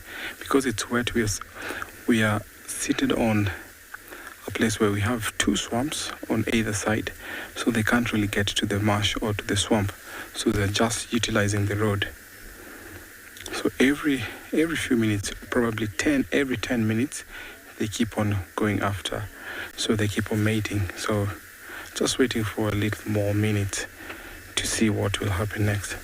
But it seems like she will get to a place where she'll walk off to the grass, because everyone is waiting in line. Everyone is just on the road blocked. But it's a nice way to have your road blocked, having lions mating on the road. It's very, very nice. So the Bilashaka Coalition have found residents here, and I'm sure now, because they were mating with one of the River Pride breakaway, they've established this to be their next, or an extension of their Pride area. Because roaming all the way from the Topi Plains, which is on the other side of the river, going all extending to the Bila Shaka, and now here. We've seen them also at the main crossing, because the main crossing area was utilized or was protected by the musketeers. So they've pushed the musketeers off to a more central place where at least some of the females are habituated with them being around. So we're soon seeing these pride and coalition males going further and further.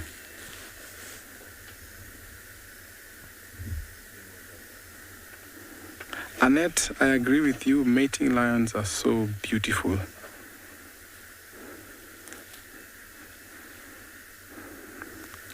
So it seems like just the beginning of the mating, and this will go on for about 4 to 5 days. But we've seen a different change in behavior where the Ololo lionesses were mated for more than 10 days. And this is because sometimes what we call it false estrus, when lions will extend and mate with the pride males that come into their pride area because they want to protect their cubs. We saw Bahati's mother mating with Olalashe, and unfortunately we can't see Bahati anymore. But this time round here, this is not the same. I'm sure this will only go for about 4 to 5 days.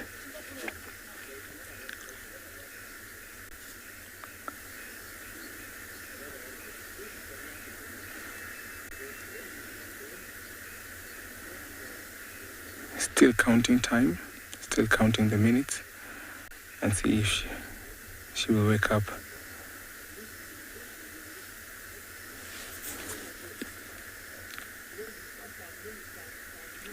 Most of the time you find that the lionesses will be the one who are initiating the mating.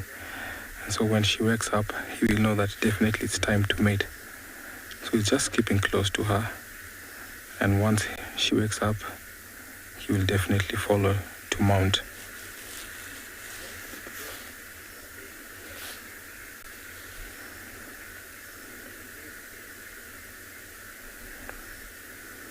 It's a good spot on the road, it's dry.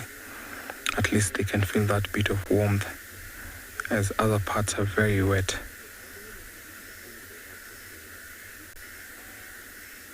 For those who are joining us right now, this male here is from the Bila Shaka coalition. His name is Kibogoyo. Please send us your questions and comments at #WildEarth. For our young viewers, kids question at wildearth.tv. And on the YouTube comment section at FC.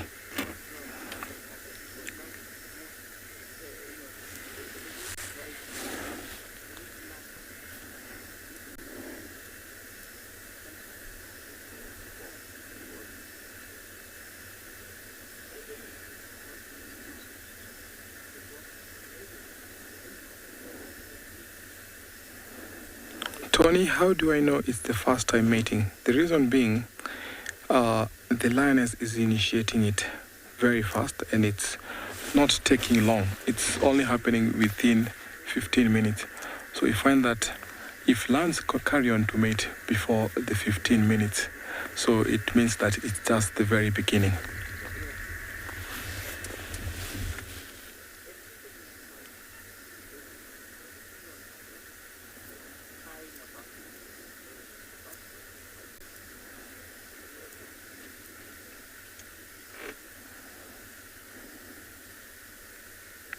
Seems that something has interested him.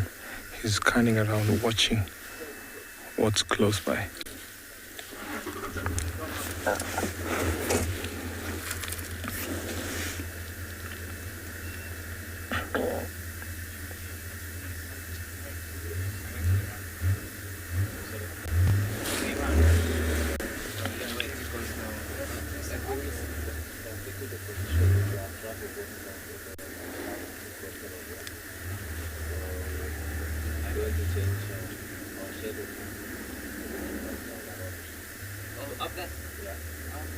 We have other people who are watching this sighting. So as I wait for these lions to mate again, let me take you over to another live location.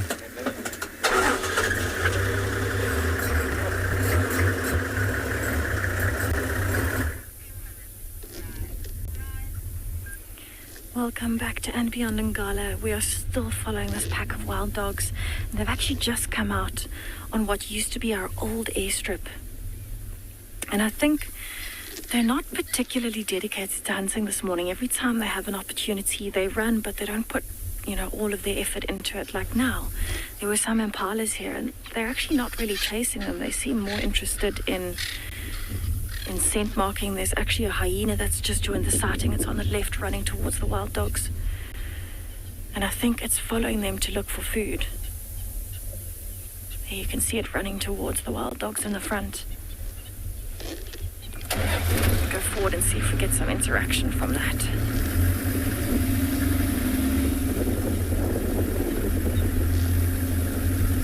So the wild dogs are still running.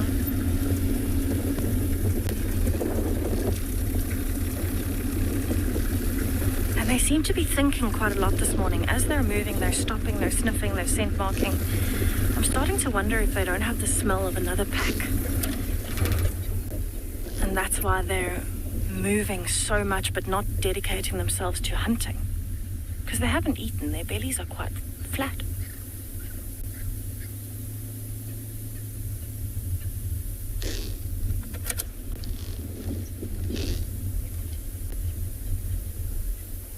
They've changed direction again. Okay.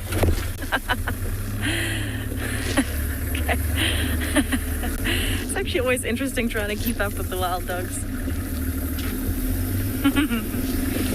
We've had some amazing interactions with them this morning. We saw them getting chased by an elephant bull earlier. And those zebras, those wildebeest. Now a hyena following them. It just seems to be never-ending fun with the wild dogs on a cool day.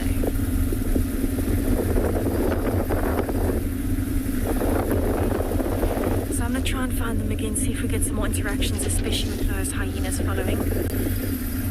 Hopefully we get to hear some interesting noises from it.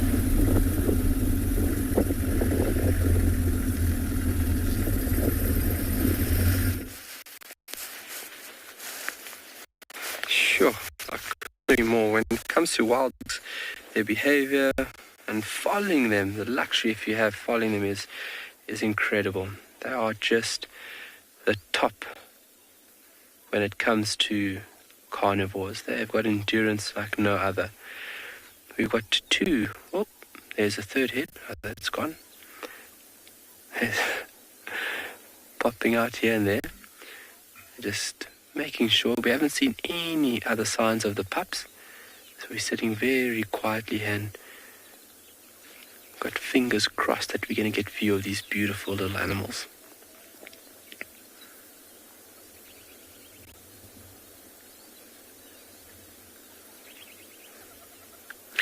So just looking at this animal, this little grasshopper that we looked at earlier, I want to show you folks how remarkable it could be a species. I just need to do a little bit more research. This could be what they refer to as a burrowing grasshopper.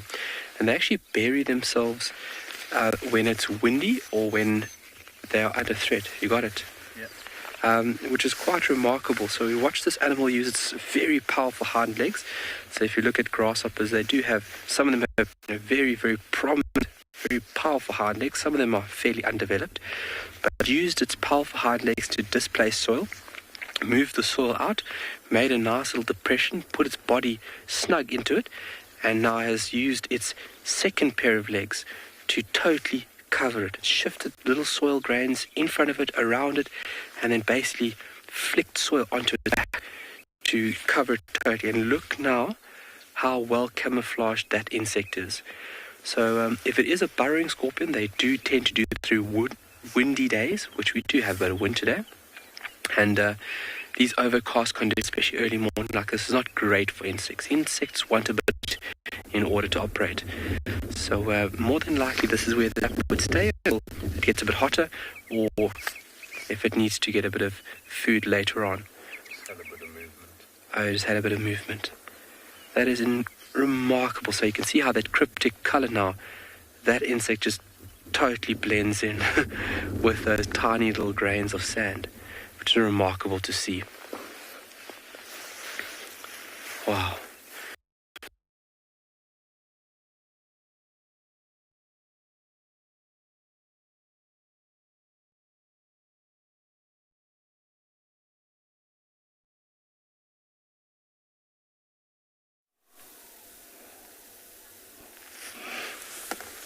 Well,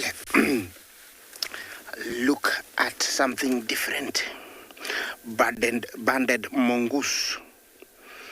This is a jackpot, like I would call it, because to find these little guys that can tolerate the sound of human and vehicle is just wow. This is one big gang of mongoose. That's what we call them, a gang of mongoose. And they are a gang indeed, because when fighting for territories, they're quite aggressive towards each other. And when killing something like a mouse or a snake, they are also quite intimidating. Always, foraging or cleaning happens very close to home. And in the morning, this is a ritual. Waking up and sunning very early in the morning until they're quite warm. Then they head out to forage. A gang can consist up to around 30 members.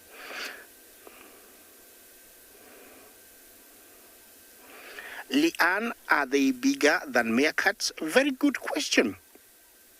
These guys can weigh up to around 2 to 3 kilos. I don't know how much the meerkats, weigh. Maybe we'll ask Kyle.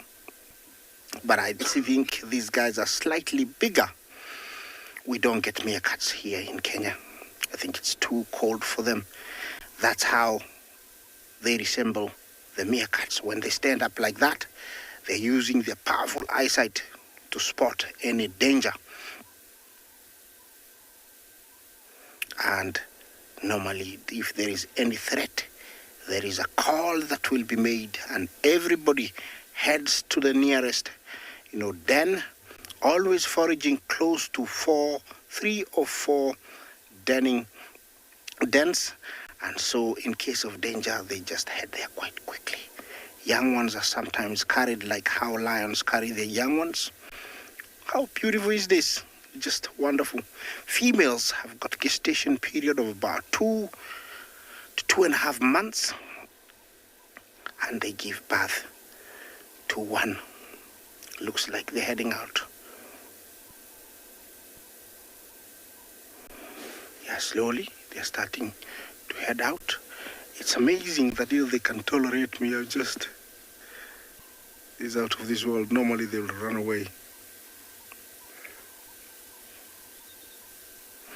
These little guys feed on everything from small rodents like mice, mostly dung beetles, grasshoppers, scorpions, and non-poisonous frogs, eggs from birds, reptiles like geckos and angamas.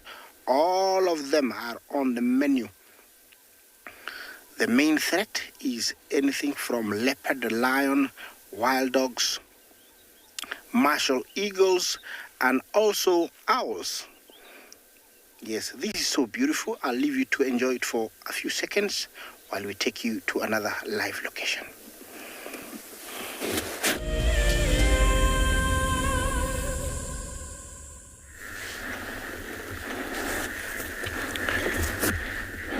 I always get excited when I watch mongoose, knowing that they are more intelligent than meerkat. It's very, very interesting.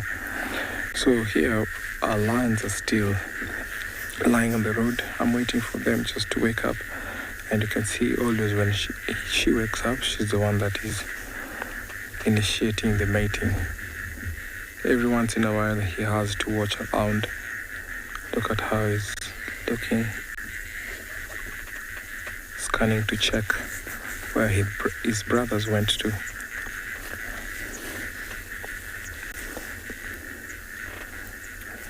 Until the mating is over, that is when he will return back to his normal being with his brothers. So they always walk together, patrolling, walking from pride area to pride area. And because there's lots of females where they go to, especially here we don't have a dominant male patrolling through from the main crossing to the Mogoro area and over to where we always see the River Pride. So at least they have that advantage and to dominate.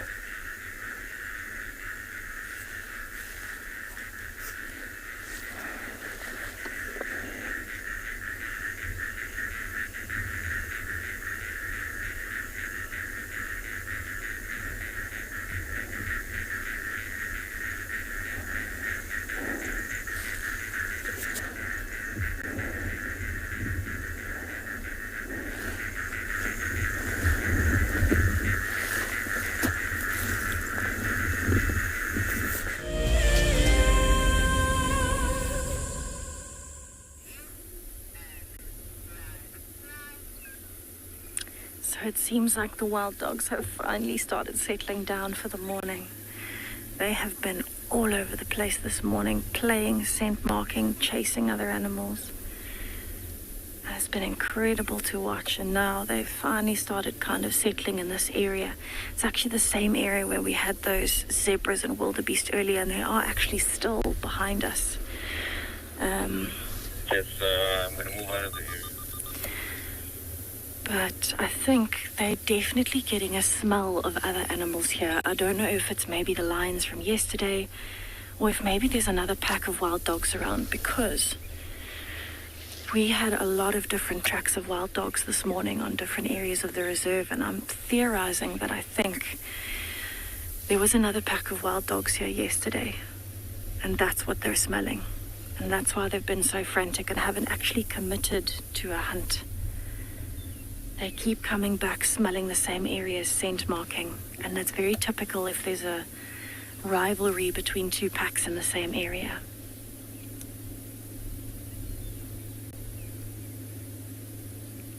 Definitely interested in something. There was a hyena in there earlier, maybe that's what she's listening to.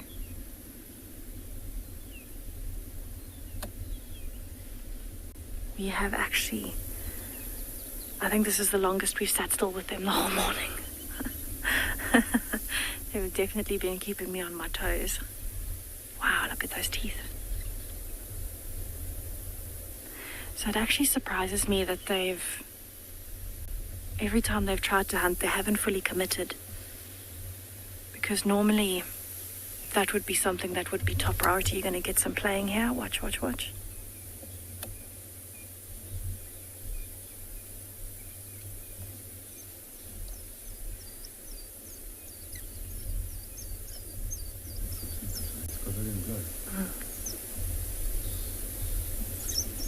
So I think they have eaten something small. That one had some blood on it, but maybe it caught something on its own, and that's why it's the only one that's being played with and smelled. So this is quite normal within a pack. It's practicing dominance, but also increasing social bonds.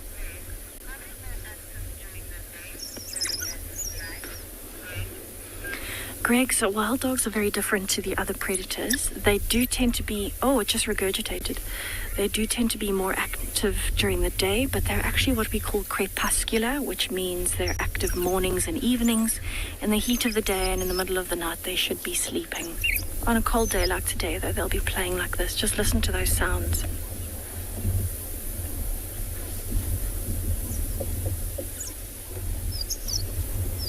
So definitely one of them ate something because it started regurgitating for the rest of the pack, which is why there's so much squeaking.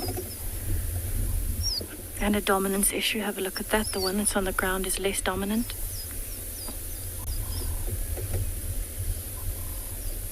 That is, I think, the favorite markings I've ever seen on a wild dog, that one that's now on the left.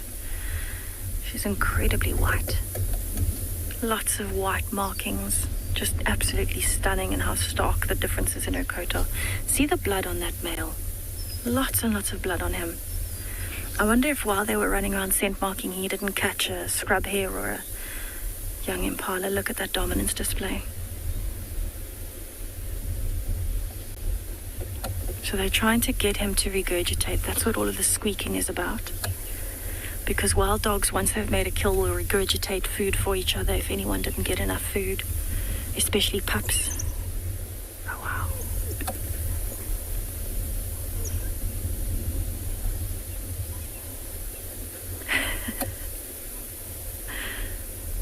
So much action happening this morning.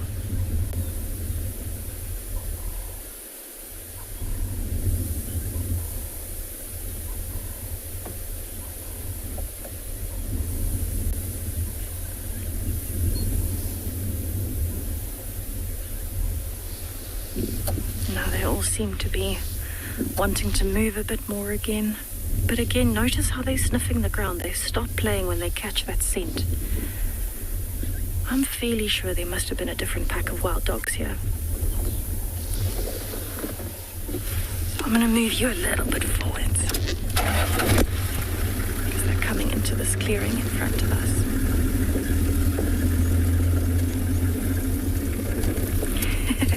We've got a whole lot more playing happening.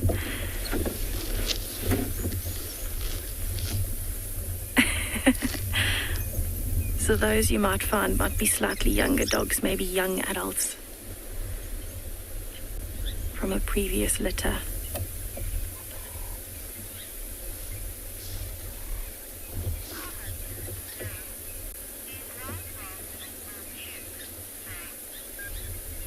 There, these light bulbs. Oh, these light bulbs, these wild dogs are incredibly cute. Tongue twisted this morning. Oh, look how fast that one's breathing. You can see it's hot from all the playing.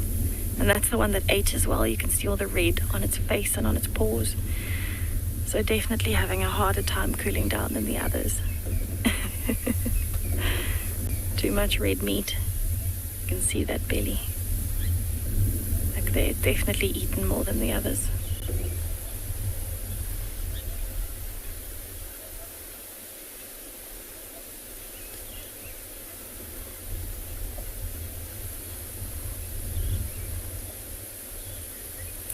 I think the first time we've seen the wild dogs put their heads down this morning.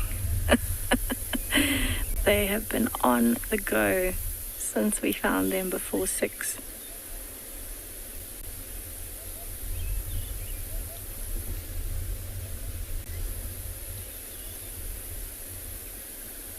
I can feel that my body's still got so much adrenaline coursing through it from all of the action.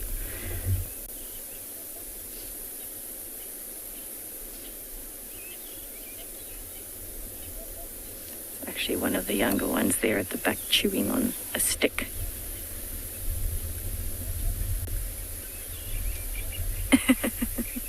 It broke a piece off of that stick that's standing up and now it's busy chewing on it.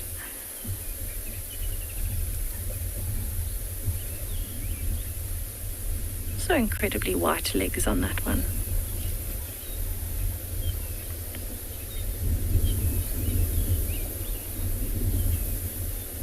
Also a little bit of blood.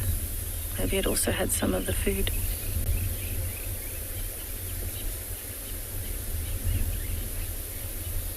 And you can see how social they are. Every time they come together, they'll lick each other in the face, make some noise. No, the wild dogs are definitely not afraid of vehicles. They're actually one of the most inquisitive and social animals. So I've never actually seen them afraid of the vehicles. I think they're just incredibly comfortable because they're so inquisitive and almost in a sense habituated. No, we've never had a problem with them and vehicles. They're actually quite inquisitive, especially when they're younger and they're starting to see vehicles. They're definitely not scared. They're more inquisitive than anything.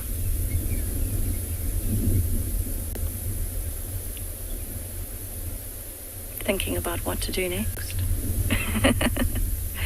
That one's actually got very little white on it. The only white I can see is just a bit on the front legs and on the tail. So it amazes me how different every single wild dog's coat is. A little bit behind the shoulder. It looks like somebody has taken different color paints and splashed them all over like a canvas.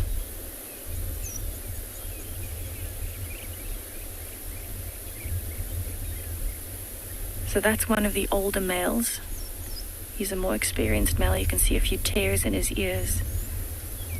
You can see he's got a slightly bigger build than the others. So he will be less inclined to play at the moment, but he would take part in any dominance playing. So if you feel somebody needs to be taught a lesson, the wild dogs are particularly good at that. They will pin another wild dog to the floor, make a bit of noise, and just kind of stand over it for a bit, showing their teeth. So that's something that he would do, for sure. But we've actually got the rest of them playing behind us here. Oh, no, they're about to come. No, never mind. Changing direction. I'm going to move you a little bit forward. Actually, I'm going to move you backwards. Oh, hello.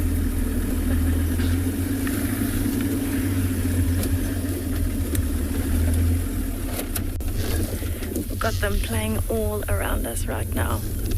In and out of this tree, chewing the branches, pinning each other to the floor. They've definitely got energy this morning.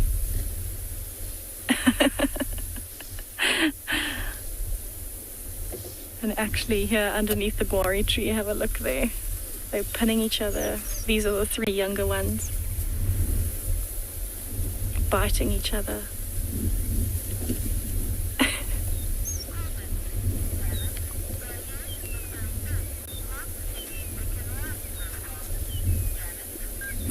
Janet, absolutely. Their legs are very thin, and that is definitely to help them run faster. They are incredibly fast.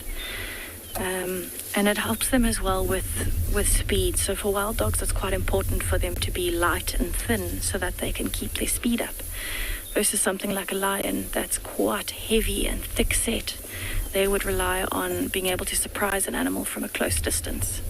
Whereas the wild dogs can keep running for ages. So it's what makes them, or partially what makes them, one of the most successful animals, but the most successful predator in terms of kill rate. And we are moving. Last one coming through. All right, let's go around. It's incredible. These wild dogs are absolutely amazing this morning.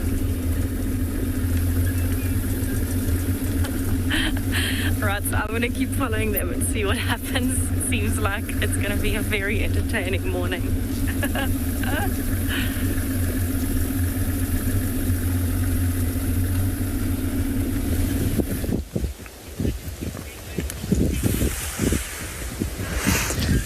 What you're looking at here is one of the very many herbs that grows all over southern Africa, including here at Pridelands. This is a wild basil, African basil sometimes known as, and it's, as you can see, a common growth form. Many herbs will look like this, from lavenders to mints. And this one is a wild basil, and it's growing quite thickly at the moment. There's no flowers left. The flowers have all bloomed and fallen down, but those inflorescences that you see on the top there, those circular flower heads, are what we are looking for. Now, these plants have a variety of medicinal uses, one of which is that they are very, very potent anti-congestants. So many times I've used these personally myself as well. Now, obviously, if you go to a pharmacy and get something like Vicks Vapor Rub, that very strong smelling cream that you can rub on your chest and it smells very strongly, if you can't have access to that, which is very good, this is the next best thing. So this, I don't know if this is too close for you to see maybe. Is that going to be all right there, BK? All right. So this here, if you take these flower heads and you crush them in your hand. Oh, it's a bit too close. There you go. Hey, there you go. So if you crush these into a bowl of water, like this whole thing, you'd crush it. Well, I'm shaking quite a lot. If you crush this whole thing into a bowl of water, and then you can put a towel over your head over this bowl of water and sniff the steam, and that's incredible at opening up your sinuses and allowing you to breathe clearly again. And this particular one, now different species have different smells, but this particular one has a very strong aniseed type of smell. So sometimes people also refer to it as wild aniseed. It's one of the ossimum species. There are many different types of ossimum, which are the basils. And I don't know exactly which one this is, but incredibly good medicinal plant to know in the bush. Something similar to this has also been used in the past by people who are hunter-gatherers, when you went on a hunt, or if you've ever gone for a long walk or a run and you find that it's very uncomfortable, your feet get quite sore, this has some evidence to suggest that it can relieve muscle pain as well. Or maybe I'm too close there, huh? It can relieve some muscle pain also. So, for example, you take these flower heads, crush them, put them in your shoes, and then after a long day of walking, you put them in your shoes and you'll feel a lot better, and you'll be able to go out again. So the hunter-gatherers would go, of course, they needed to go on long hunts. Once they were finished with a hunt, they brought the food back to their family. It would be almost inevitable that they'd need to go out again the very next day after eating, because of course they wouldn't necessarily be able to keep the food very long or have a lot of it if they were only able to catch, let's say, a porcupine. They'd have to go out again for another full day's hunting the next day. And so this was really good at relieving the pain in their feet after a long hunt. Very interesting plant, very awesome plant. There's lots of it at the moment growing around. As you can see, this place is very, very green. So as I drive around today, the animals seem to be hiding. The wind's picked up quite a bit. So what I'm going to do is I'm going to look for any more interesting medicinal plants and maybe try and talk a little bit more about the uses that different plants have here on Pridelands.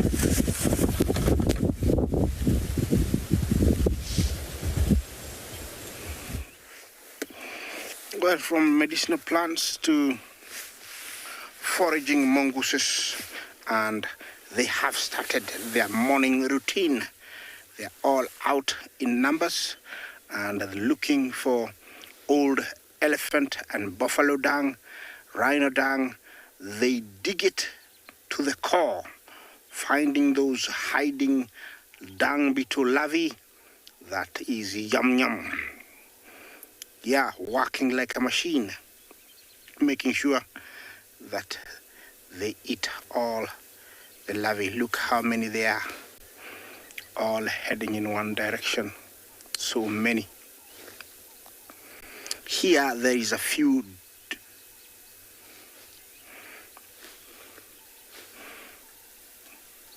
Zimewa.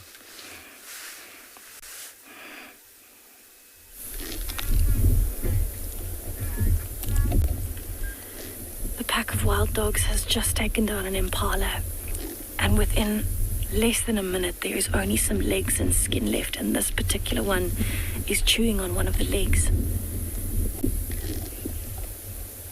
The rest of them are kind of spread out a little bit looking for some more scraps, but they finished it up so quickly. I can only see 3 dogs that are still chewing.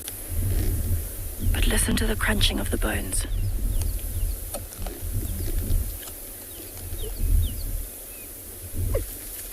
Oh, they got a fright.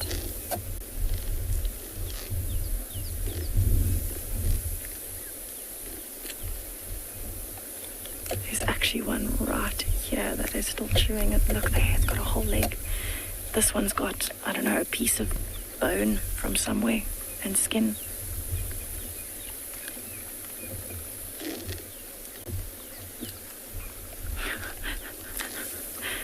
They all seem to have a piece that they're chewing on. Oh, the sun's just come out. Oh my goodness. So it's incredible. They moved so quickly. They moved into a thicket, and then we just heard the commotion of them squeaking, and we knew they'd made a kill. By the time we got here, they were already finishing it up. That's unbelievable. Listen to those bones crunching.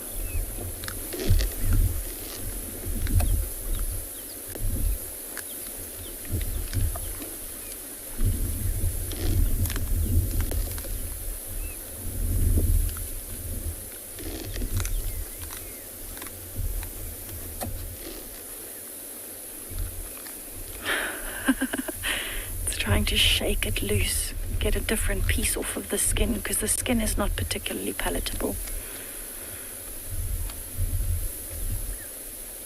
But they will eat everything. But it's incredible to see the difference already in how much fuller they are. Their bellies are quite fat. That one's still got a leg.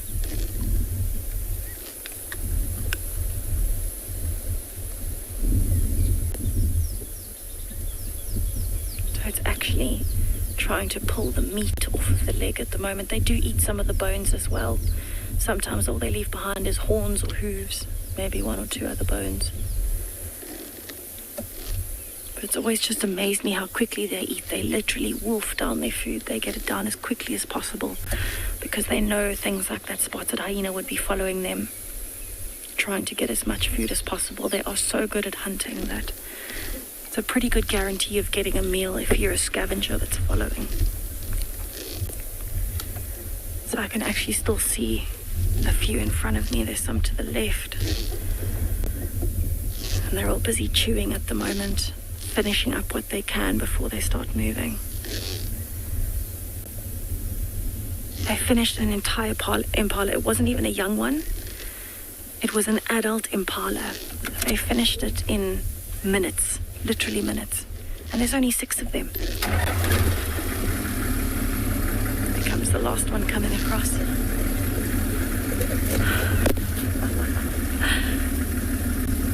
Now that they're done with their meal, they're going straight back towards that clearing where we had those wildebeest and impala and zebra. So I think I'm going to follow them, see what happens when they get to the clearing. Maybe they might calm down a little bit. Maybe we'll see some hyenas come in.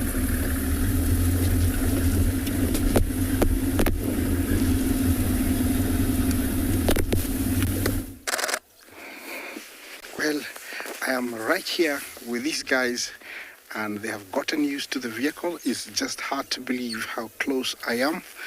They love that little shrub there.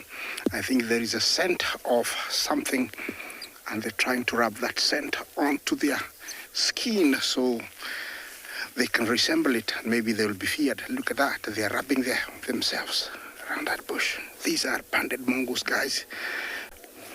Yeah, it's just unbelievable how close they are. Yeah, that one is cleaning itself. I was saying earlier that they have a few dominant males that usually protect those females in season, and they're subordinate males that try to mate with them. They'll be faced with a fierce retaliation. Usually they mate with them for up to 3 days, and then everything is back to normal. It's just unbelievable to have them stand this close to the vehicle. I'm just loving this. The biggest fear they have, these guys, is martial eagle. If they were to spot a martial eagle, they would leave here without any hesitation. Scampering to the closest den, they'll go to hide, and then every now and then they'll pop their heads out to see if the danger is over. Of course, the standing with the hind feet is making sure there is no danger approaching from all directions. So cute. Yes, they're called the banded mongoose. That bush definitely has got a scent of another animal.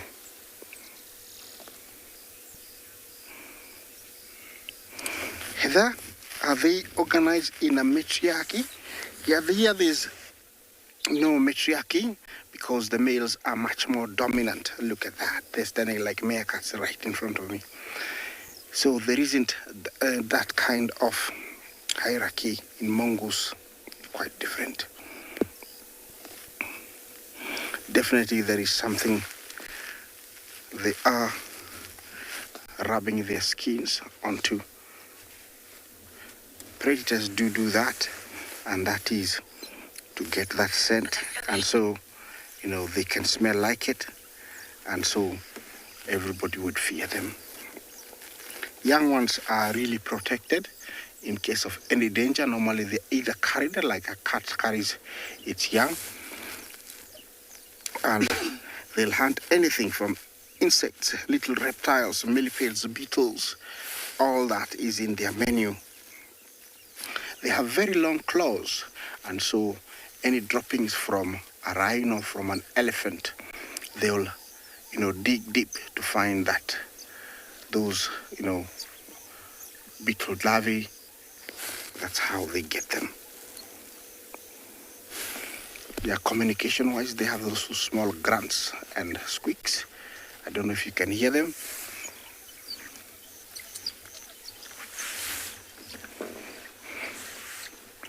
Sophia, Jumbo, how many species of mongoose do we have? We have very many. We have banded, dwarf, Egyptian, white-tailed. What else do we have? We have so many. Yeah, they're everywhere. Look at here. You know, they're foraging, very busy, trying to dig out all those creepy crawlies. They'll even feed on snakes, and they're very good at that. Even the most poisonous snakes, they will kill them. Yeah, unbelievable. So busy and all around the vehicle. It's quite unique to come across a small gang of mongoose like this that is tolerating vehicles. Normally, they'll run away really fast immediately you actually try to stop. You hear those grunting? That's them.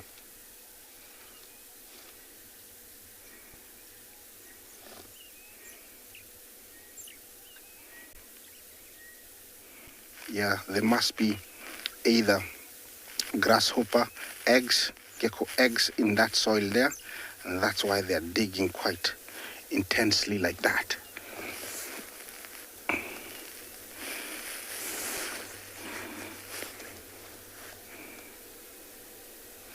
Most of our mongooses are nocturnal, and quite a good number are diurnal. We have this one that is diurnal, and also the dwarf, but the white-tail, the Egyptian, those ones are actually nocturnal. Looks like they finished what they were doing with the grass here, and now they're heading in front of us. I'm just wishing there is more dung for them so that we could see and spend more time with them.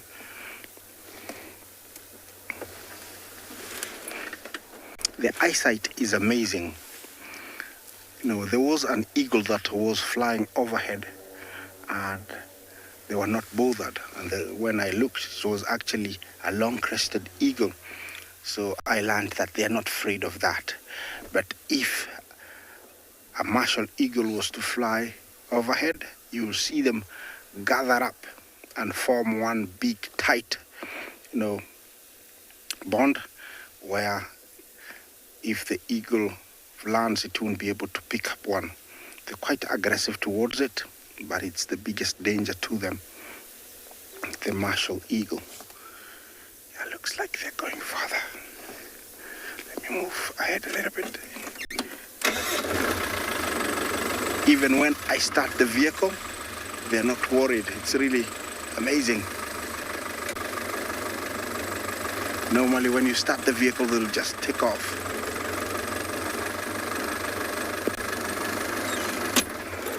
Yeah, this very, very busy.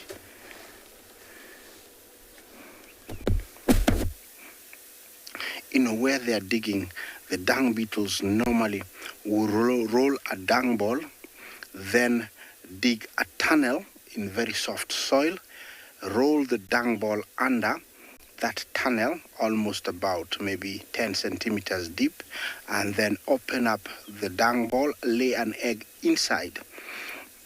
What happens is that when the egg hatches, it's got enough food already. It will eat that dung ball, and when it's almost mature to get out, it's finished the dung ball, and that's when it gets out.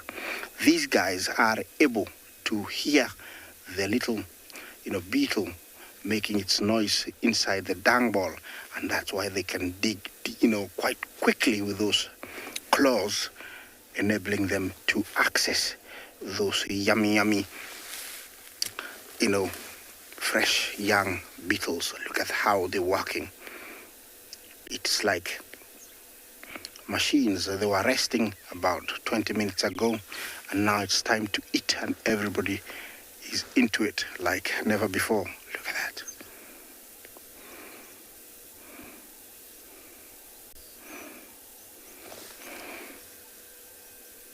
Sorry, I didn't get your name, but you say these guys are cool. Yes, they are cool indeed they are cool and mean, killing snakes and beetles and spiders and millipedes. It's their job. And you can actually, if you look around now, you'd think there is only 3, but they're quite a good number in the grass. That's how quickly they can disappear.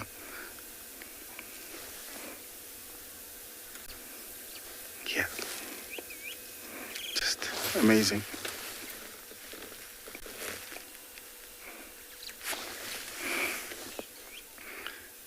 Yeah, that's how quickly they can appear and disappear. And it is necessary for them to be able not to stand out, because big birds of prey will get them with ease if, they were just white and they were out in the open. Well, let's take you to another live location. That was super cool.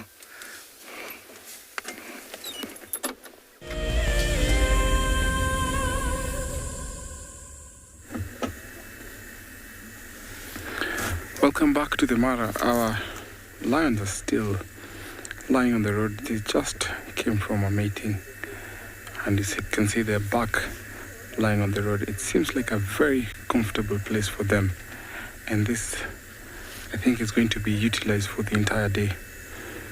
So unless she walks to a different place, he will follow. But as long as she's still on the road, he's not going to leave that particular spot, because if he leaves her, then if it gets too hot and he wants to go to the shade, there's some other lions within, and his brothers will take turn and come and mate with her. So he has to persevere, he has to wait. Even if the temperatures rise, he has to just be in the open as long as she's still there.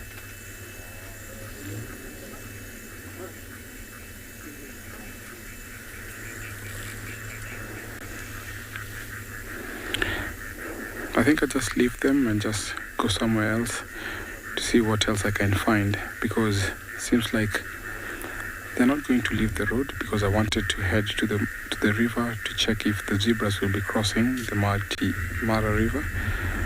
So I'll just leave them to lie on the road and carry on. Maybe come later in the afternoon to check on what's going on.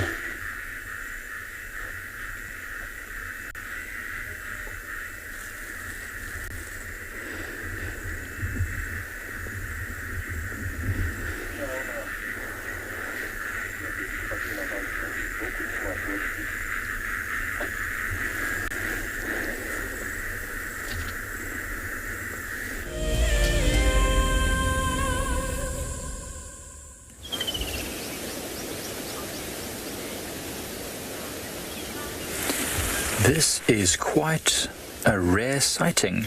As far as I'm aware, here at Pridelands, this is the only waterbuck on the whole of Pridelands. We just started seeing it a few months ago, and as you can see, it's very shy. It's running up away from the water now. It's going to run past the camp. But it's one of the only waterbuck that we have in this whole place, and it's the only place I ever see it is here at this waterhole. But I think it's hiding from us now. It's very shy. Oh no, here it comes back. Here it comes back. So I'm going to keep my voice low, because this is a very shy waterbuck and we have not seen another one. There's no males here that we've seen. There's no youngsters. It's very odd. It's like the 2 klipspringers that we keep seeing on the rocky area close to Leopard Dam. How did they get here? Why are they here? I suppose the habitat is right. But none of the other members of their species have found their way here. Not yet, anyway. Oh, she's running again. There she runs. Look at how she runs. Trots. Oh, sorry, my head is in the way. Whoops, my bad. She trots along with this high-legged gait, with her ears forward, head up, just making sure there's no danger, trying to look as healthy and as strong as possible, so that if there is any predator watching, it doesn't think her a too easy a meal. I'm sure it's only a matter of time before more waterbuck arrive in this area, because, of course, it's got everything that they need. There's plenty of grass, there's lots of water at the 2 dams, and the water is there all year round. There's shade. All she needs is males to move into this area, and then she'll have everything. She'll be able to mate, reproduce, and do all the things. So it's very odd that she's here. I don't know how she got here without other waterbuck. There she disappears, hiding in the thickets.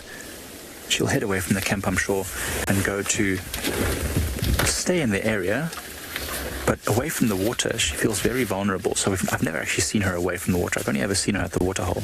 And this might be the first time. I don't know, BK, have you filmed this Waterbuck at the water before? No, I think it might be the first time it was filmed before, so that's great.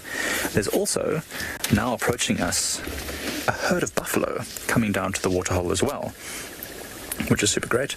So they are stopped for the moment. We didn't actually see them. I saw the Waterbuck. I stopped here, and only when we stopped here, I realized that we'd actually stopped right in the pathway of this massive herd of buffalo. So we'll move out of their way shortly so that they can come down to the water without feeling like they're being blocked from it. Not that these animals are particularly shy of the vehicles. They will make their way past us in any case. I'm still waiting to see if we can film that buffalo who's got the broken horn. I'd like to see how it's doing. Tom, they've got 4 stomachs. Buffaloes have 4 stomachs. They are ruminants, meaning that they've got an omarsum, an abomarsum, no, a rumen, a reticulum, an omarsum, and an abomarsum. Those are the 4 stomachs. That's the name of them. There's an exam later, so make sure you write that down. And basically how it works is that they eat right now when the weather is good and nice and cool. They'll ingest as much grass as they can, chew it, swallow it. Some of it would have been chewed very well, and it will go through all the stomachs, and the nutrients will be absorbed and it will come out. Some of it will not be chewed very well and will float at the top of the stomach. And then with muscular contractions, they'll be able to push that unchewed rough stuff back up into their mouth to chew it again and swallow it. And then if it's fine enough, it will filter through to its next stomachs and go through a process of fermentation and also some microbial action to remove most of the nutrients. It's a slow process, but it's very efficient. They extract the maximum amount of nutrients. So when a buffalo defecates and you see the dung pile, it's just very sludgy and mushy. There's no bits of grass that you can see. It's just a porridge, and that's because it's been incredibly well digested. You can see there's a nice male with a big big rounded boss on top of its head, which is just a bone structure protecting its brain when they fight for females. They don't need that to fight against lions, let's say, and other predators. That is specifically just to fight buffalo against buffalo for dominance of a herd of females and for mating opportunities. This looks like an older buffalo. You can actually see his hips sticking out at the back there. His boss is starting to get smooth and shiny on the top. He hasn't seemed to have the bulk that some of the other buffaloes we've seen have, so he might be getting a bit older now, maybe not so interested in the females anymore and fighting with the younger males, just enjoying the later stages of life. Instead of buffalo actually sitting down there, there's a buffalo lying down next to it. Bruno, buffalo fights can definitely be fatal. I've seen a buffalo fight before. I don't know if the individual died eventually, but what happened was so it was an incredible spectacle. About 1,000 buffaloes came down to a waterhole at a previous reserve where I was working, and in the midst of all this chaos, these 2 buffaloes started to fight with each other and bash their heads together, and somehow one of them managed to hook one horn right underneath the front leg of the other one. And it was basically carrying this buffalo with his whole horn impaled inside the skin and flesh of this other buffalo. And it was like that for a good 10 minutes. It was shaking its head, and the other buffalo could do nothing. It was just like a rag doll, trying its best to use its horns to try and hook itself off, I guess. I don't know what it was doing, but it was stuck. It must have lost a lot of blood, and I'm sure it was very painful. It might even have broken a bone or 2. Now, I don't know what happened to that buffalo in the end. I didn't see the outcome, but that was a gruesome fight, and I'm sure that happens quite often, not always where we can see it. So they can be fatal. And that Waterbuck female we saw, I've mentioned it before, Waterbucks for me have the most ferocious fights. I've seen Waterbuck hammering each other with intent to kill. they don't pull punches. Once they're going for it, they don't stop until the victor is clear. So you can see this buffalo is big and strong, but the neck is not as thick as it could be, and there's a bit of bone sticking out on its hip, so I think he's getting a bit older. Perhaps just taking a bit of time out. I don't know. He doesn't have to always be big and strong. He can also let himself relax a little bit, as long as when he's not fighting for females. Some of the buffalo now making their way past behind our vehicle, slowly feeding their way down towards Ndlovu Dam, where it's getting later in the morning, so I don't think that they're going to move too much more. They'll probably have a drink and then rest around this area, which is good for us. It's always interesting, and because of the lioness which has been spotted around this area the last few days, there might be even a lion following them. Yesterday, we went over to Boston, or Kwenga, as we now call it, on the other side of Pridelands, another property that we can traverse on. There's not, unfortunately, a lot of coverage there for signal, but there's lions there that like to follow the buffalo herds, and so this big herd here could draw them across into Pridelands. Hopefully, over the next few days, we'll get a chance to witness some of that action happening. If you can hear, there's a lot of birds calling at the moment. There's one in particular called a crested barbet that's just going. There's a few oxpeckers, and there's a squirrel going mad. Earlier on, BK and I saw a martial eagle, which is the biggest of all the eagles that we get in this area, and it's probably what's worrying that squirrel. Martial eagle is still around. So what you're seeing there is the tail end of this group. A couple of older but still very big and strong females are following on. A few more that you can see in the distance. I can see a few branches moving as well.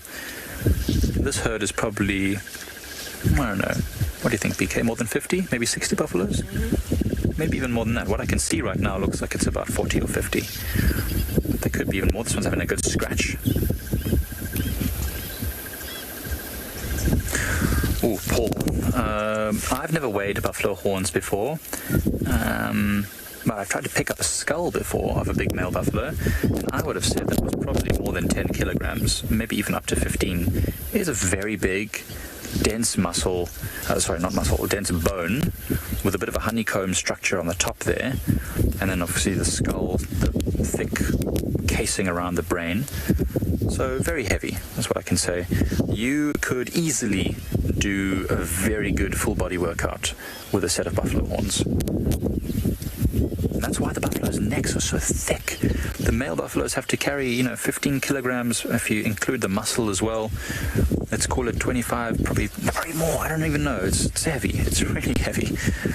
Heavy enough that I would struggle to lift it with one hand.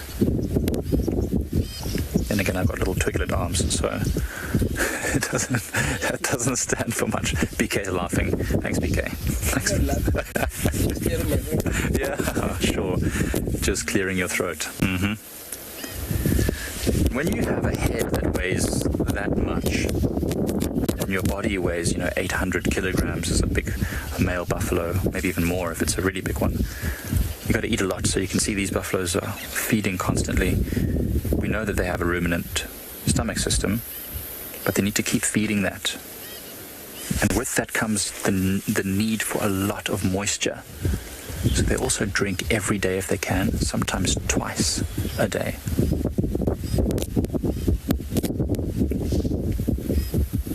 There's been a bit of rain the last couple of days, so yesterday they might not have needed to drink as much because everything was covered in a bit of the rainwater. Oh, nice. That one got a whole chunk there. But today it's windy. Not hot, but windy, and that means all the water is dried up and they'll need to drink.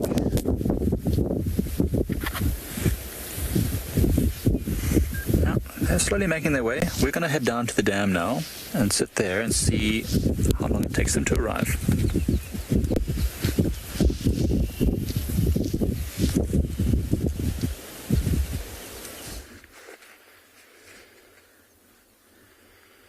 Hello and welcome back. One individual left here at the burrow. This will be today's babysitter. Very important role and duty played out by an individual here now, just to ensure the safety of these little ones while the rest of the colony is out foraging. They have moved off. They moved off fairly quickly. We've had one or two little glimpses of the pups, but I think with these cold and prevailing conditions, it's a little bit too chilly for them to emerge and to show a bit of face for today. But it just shows you the dedication and the drive to ensure these little ones' safety. Oh, scorpion, scorpion, scorpion, scorpion.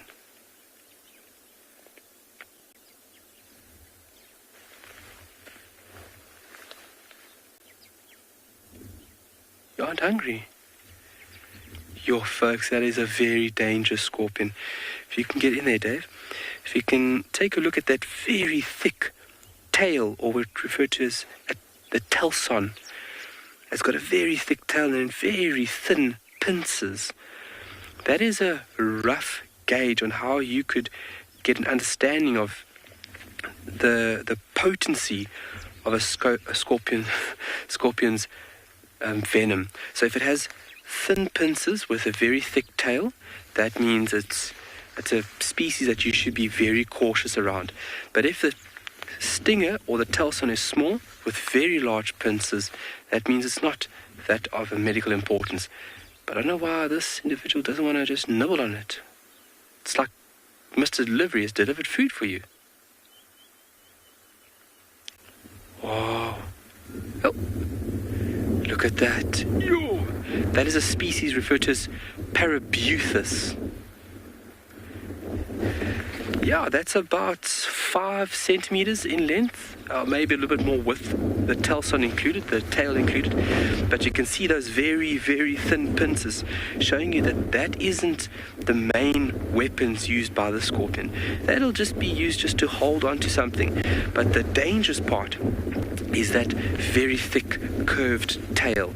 And that tail will be pushed forward.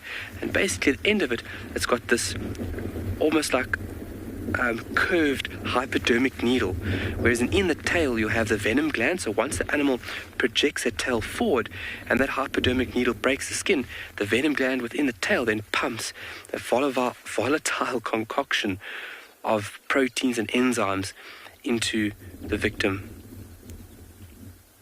Well, it's actually proteins more than anything else. But a remarkable creature, and to see it during the daytime, we're very lucky. They only like to emerge under the cover of darkness. We have 9 different species of scorpion on Tswalu, and we can have areas that have very high density. I did a night walk a couple of days ago, and maybe within 100 meters, we had 40 different individuals, and then we recognized 6 different species on our tiny little short night walk. They're very important role players out here. Obviously a very important and viable source of food for the meerkats. I'm not too sure why this individual didn't have a go at it. Maybe it's had its fill. I doubt it, because obviously it's early morning. They would now go out on foraging bouts now to fill up the tummies. But really nice to see that. Very dangerous scorpion here in Tswalu. There's 2 species that we really need to be careful of coming close to. So when we're obviously on bushwalks and when we're walking at night time, closed shoes is a necessity, just to ensure the safety of all passengers while we're busy exploring the wonders of Tswalu under the cover of darkness.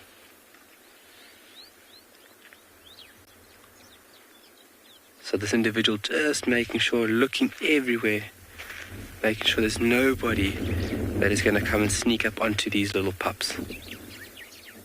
Obviously they still need guidance for the next couple of weeks, being at their age. But they'll soon, the next 2 weeks, they'll start moving off with the colony and they'll start foraging. They won't be well equipped in the beginning, so you'll find that individuals will actually feed them. Each individual will be tasked with the role of looking after a pup, and throughout the day this individual will actually feed the pup, and the pup will learn from observation. But then also, as time goes on, the individual will feed less and less and less, and that drives the pup to start digging and foraging for food by itself. we're going to send you off to another location and we'll see you later.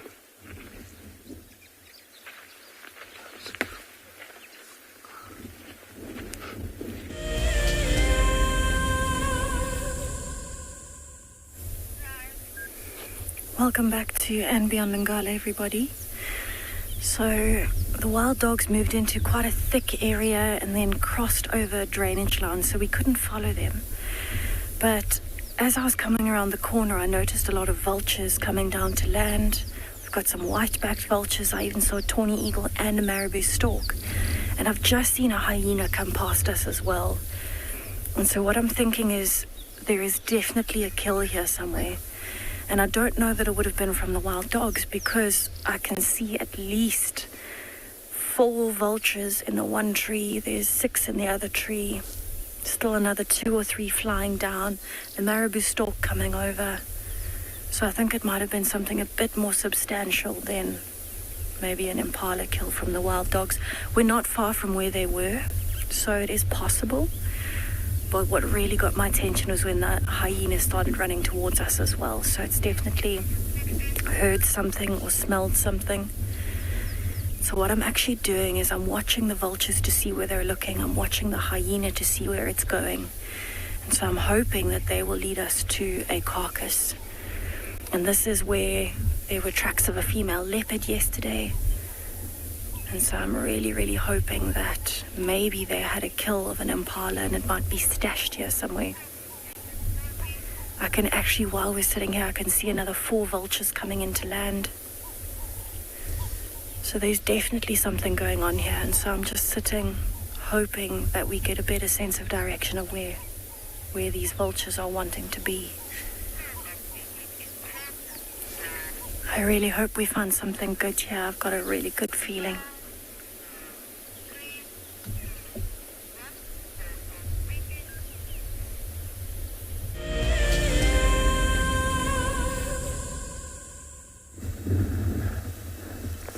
Welcome back to the Mara, where we have jackal pups and we have a mom and dad guarding them.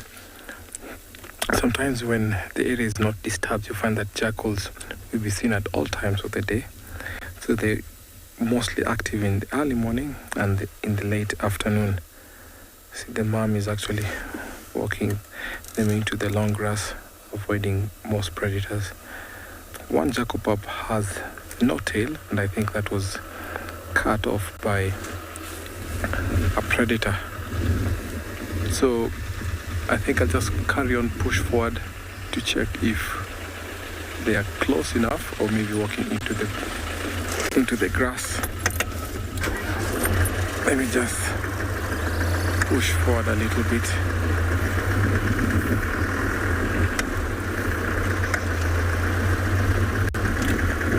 I'm sure they must return back to the road. The grass is still wet. The grass is still wet, and I'm sure they don't want to be wet. You can see them hiding. Let's see if they'll come back to the road.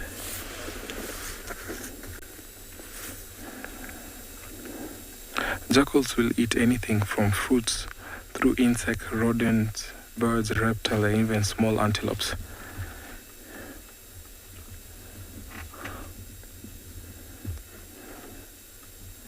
See, they learn from watching the parents how they're doing it.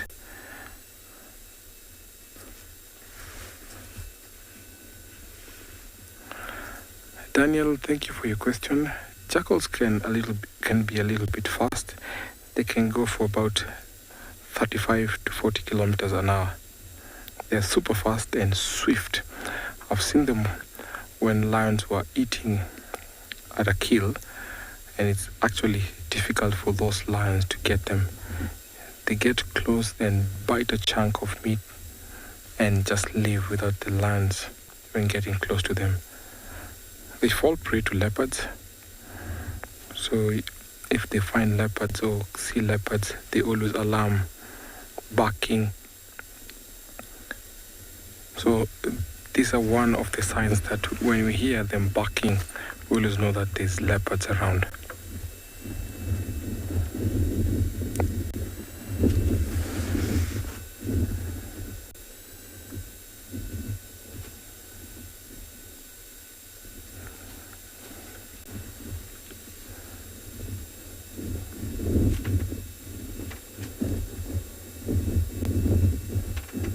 can see how they're sniffing the ground and checking on the grasses.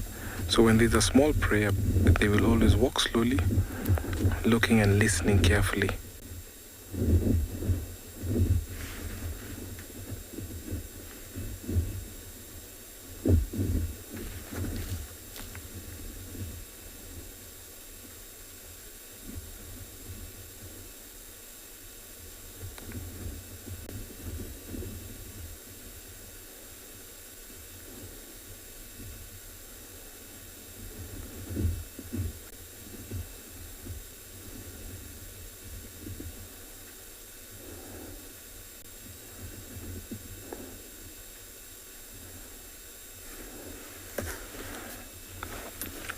So jackals are always found in Africa. We find that fox are found in Central, and we will find them in America, while these ones we find them here in East Africa, and Southern Africa. We don't have foxes around here. The only difference is they also come from the feline family rather. So what we always see is the markings. The markings, they are quite smaller, a little bit smaller than the jackals. We also see that they can run a little bit fast. The jackals have an elongated body and smaller body. They are omnivorous, the foxes, while these ones find that most of the time they're carnivorous, and when you find them, they're extremely in habitats where they're extremely rare to find them eating fruits. So you find that most of the time they'll always be eating flesh. They have a large body and which is elongated, while the fox is very, very small.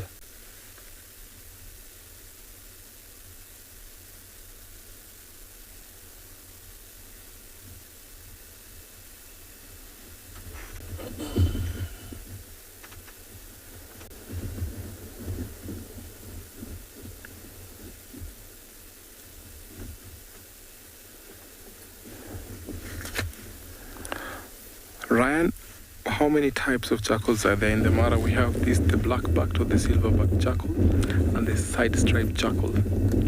So we have only two species. The other one, the side-striped, is a little bit bigger than this one.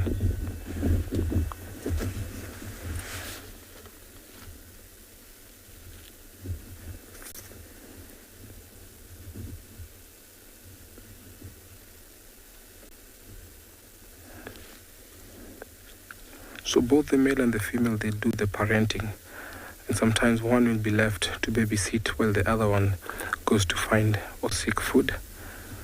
Always coming back to regurgitate the food to the pups. You can see one of the pup has no tail, the one walking now.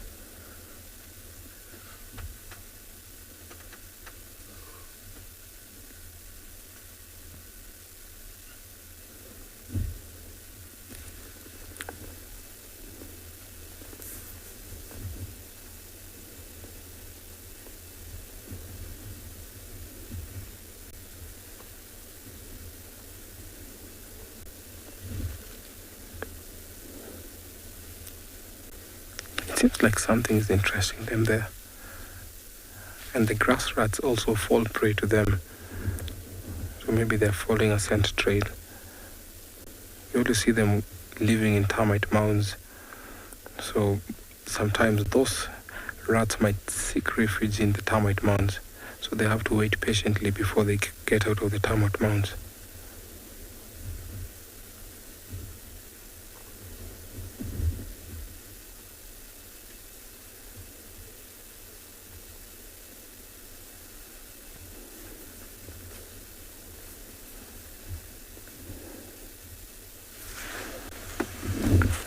Seems like there's something that is interesting them there.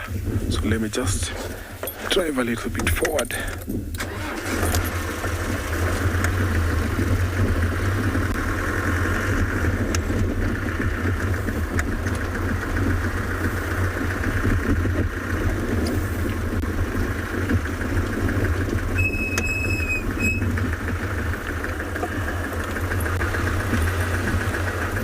for them to pop out of this bush. Let me take you over to another live location.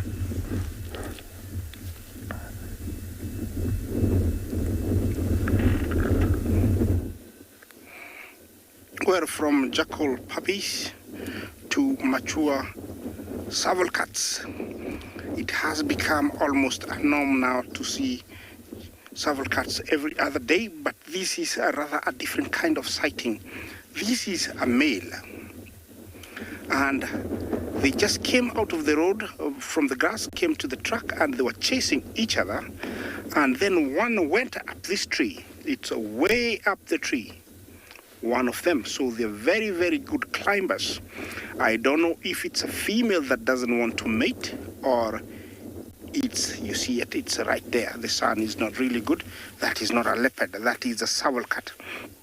I don't know if it's a younger male, and this male wanted to kill it, and so it climbed up the tree really fast, and it's seeking refuge on top of that tree.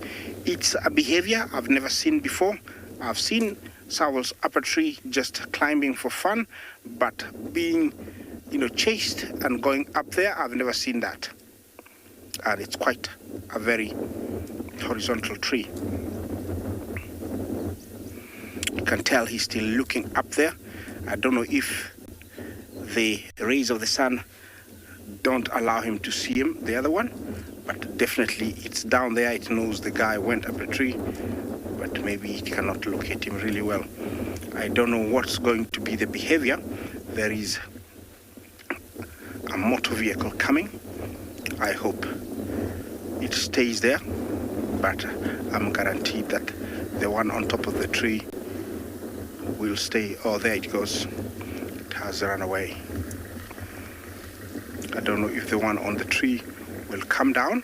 Let's wait for it. There it comes, there it comes, there it comes. It's coming. It's coming down really fast. And it's gone. Yeah. It's gone. So actually, there it goes. That vehicle saved it. I would say it's a much younger one. Looks like a young male. Quite cool to see that. That was a young male, and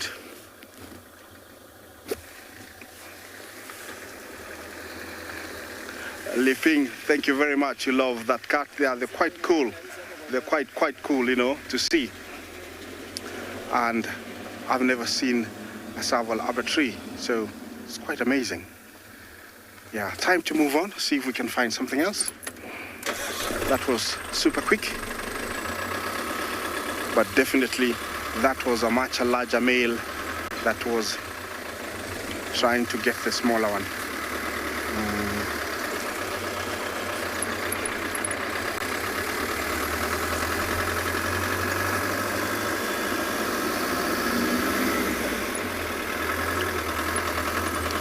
I think those vehicles coming there saved the little guy.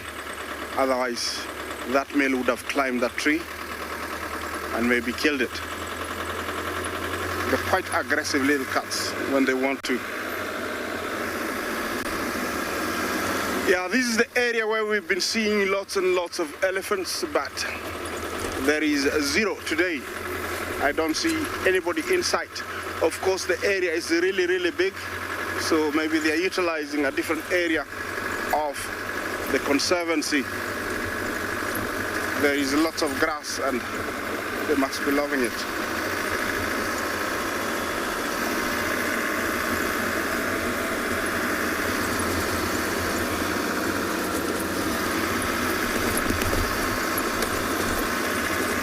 Well, let's continue on. Hopefully I can find something up here. Let's take it to another live location.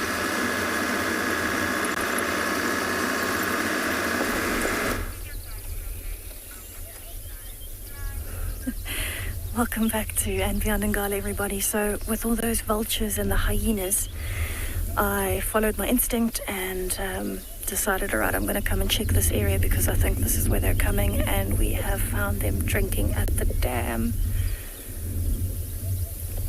And it's incredible because they've all lined up. Look at that.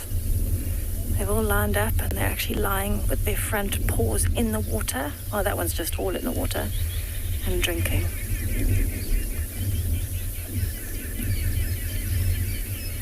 Absolutely stunning. I've definitely had a very lucky morning with the wild dogs this morning. But have a look at that one having a nice mud bath.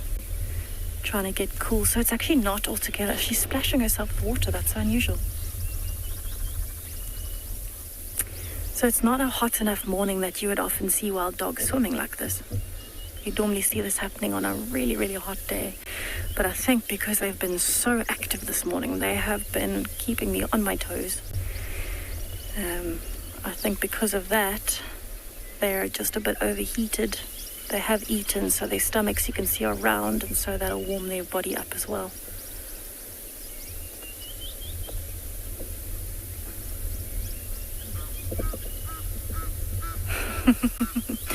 They really are enjoying that water.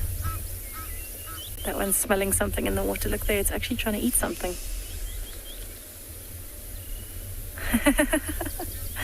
I wonder if it wasn't a terrapin or something in the water.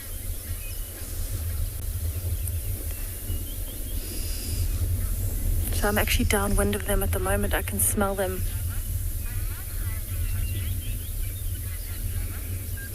Leopard lover, absolutely. They drink in an incredibly unusual fashion compared to the other predators, so it's always fun to see wild dogs at a water hole. They kind of go all in. But it almost looks like they're thinking now about what they want to do. So there were some lions here yesterday at some point, so maybe they're smelling that the wind is blowing towards us from them. And I can smell them really, really nicely, and it's a very unusual smell, but something that I absolutely love. Similar to smelling an elephant bull in must or anything prominent, the popcorn smell of a leopard's urine. I think it's something that gets us very excited out here because you know what you associate it with. And wild dogs, I think, have always been my absolute favorite memories throughout all the years of visiting the Kruger Park with my family, but also being on Ngala for all this time. Wild dogs definitely have been my best sightings. I actually wouldn't be surprised if these wild dogs now, you know, they look quite nice and relaxed. They've slowed down a bit with the water hole. Maybe they might stay here for the day, find a nice little spot next to the dam and stay here. There you go. It's like it heard what I said. Starting to relax. Might actually get them playing or sniffing around. So that female with the really gorgeous markings, look at her. Oh, she got something out the water.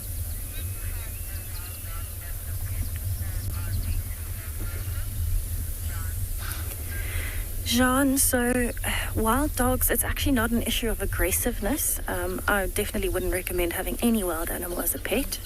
It's not fair on them, but it's also not the safest for you. But aggression isn't the issue with wild dogs. It's actually more the social aspect that would be the problem. There still has never been a proper documented case of a wild dog being domesticated.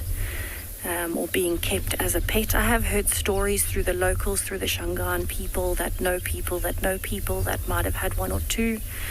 But the problem with wild dogs is not the aggression side. It's actually more that they're incredibly social animals. They're a pack animal. They rely on having other wild dogs, not only for hunting, but for interaction, for just their personality requires that they are in a pack.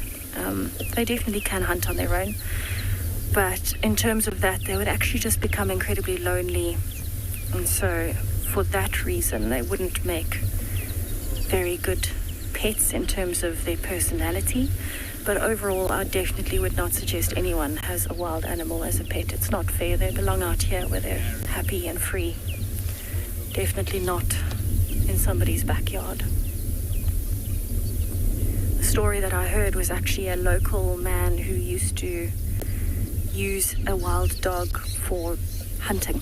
When he needed food, he actually, I believe the story that I was told is he stole a wild dog from its den site, a pup, and they den in these big termite mounds. So he stole the wild dog pup when it was still very young from a termite mound.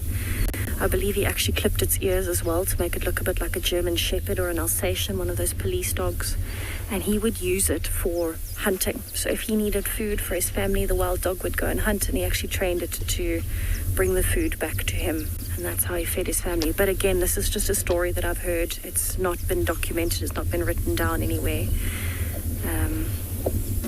And I wouldn't think it's particularly common either. The nice thing about working with locals is that you do get to hear quite a lot of these stories from the communities and from when this was, you know, where people used to live. But you can see those are some very young waterbuck. That's actually 4 waterbuck calves. And they've seen the wild dogs and they're looking in that direction. But I think they feel like they're a bit more safe because they're not the normal prey for a wild dog. That being said, they are known to kill waterbuck, especially of this size. Those 4 are quite young still.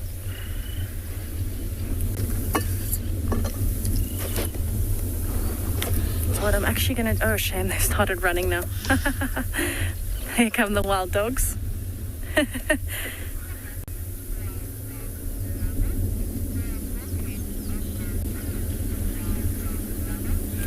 Wild dog lover, I love your handle. That is a great name. Yes, their markings are absolutely fantastic. I think it's... Oh, they're playing as well now. I think it's something that is just one of those draw factors to see wild dogs. You just know how unique they are and how beautiful those coats are. I'm going to move you a little bit forward because they're having a bit of an interaction there. See it, we're just adjusting the camera angle a little bit, but notice how immediate reaction from the waterbuck is to go into the middle of the dam. So that's actually why they're called waterbuck, because that's their defense mechanism. Go straight into the middle of a body of water, because more often than not the cats are not going to join you. They're actually swimming. They're not walking at the moment. They are swimming across to the other side, and it's a very clever strategy because they know that most predators won't follow through a body of water. That being said, I have actually seen hyenas and wild dogs, both in separate sightings, waiting it out on the banks for something to come out of the waterhole so that they can have a go at it if they're really starving. Hyenas, though, I have actually also seen them going into a body of water after an animal. And even they might stash their food in a waterhole to keep it cool when it's very hot. Bless you. So you can see the wildebeest at the back are also starting to move a bit more. These wild dogs are very playful today. I think today has completely blown my mind because they're so much more active than I've seen them in the past. There's actually even a warthog in the back there somewhere hiding behind the wildebeest.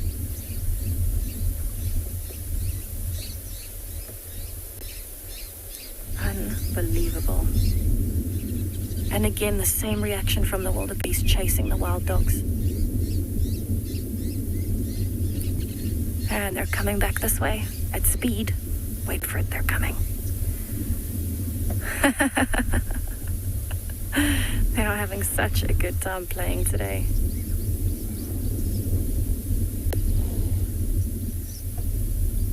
So this is quite normal for the wild dogs as well, to be playing close to a water hole.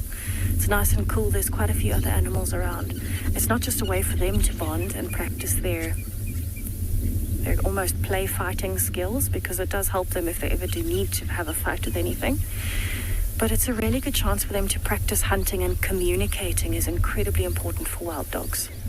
So being able to communicate with each other while playing, while moving, this is really, really important time for them to practice that.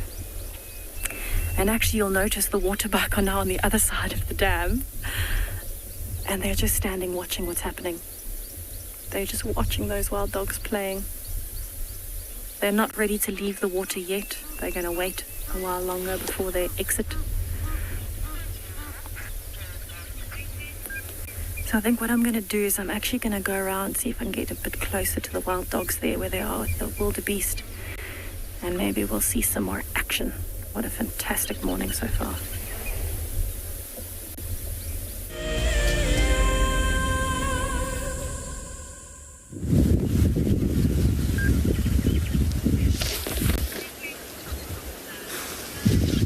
Absolutely classic behavior of animals doing exactly the opposite of what you expect them to do. So I said, these buffaloes will definitely come down to the dam. Let's see how long it takes them, blah, blah, blah. And of course, they've decided, you know what, Mike, we're going to lie down exactly here where we were. We're not going to go down to the dam, certainly not whilst you are watching us. So that's what they're doing. Classic. It happens almost every time. I should stop saying what animals will do next, because they're inevitably going to do the opposite. It's like they're out to get me. But anyway, one of the buffaloes was lying down when we were filming it, so I kind of had a suspicion that they were going to mock me. But they've sit down here now, not so far from the dam, and I'm sure if it does warm up later today, which I think it is predicted to, they probably will come down and have a bit of a drink and a bathe if the temperature rises. For now, they're all resting quite close together, as herd animals tend to do. Stick close together, there's less chance of being singled out by a predator, and all of them with their heads up, looking in different directions, making sure to cover every angle against a possible attack from a predator. Some few of the individuals are standing up still, looking around, stretching. It's a cool day. It's a cool morning. It's a bit windy. So why not have a bit of a lay-in? And the nice thing is they don't need to seek shade. They can stay right here out in the open. There's no need for them to go to a thicket. And there's a big old boy just watching over his groups. This one looks very strong. This one looks like a mean buffalo. He will probably be one of the dominant males in this group, keeping them safe from anything else.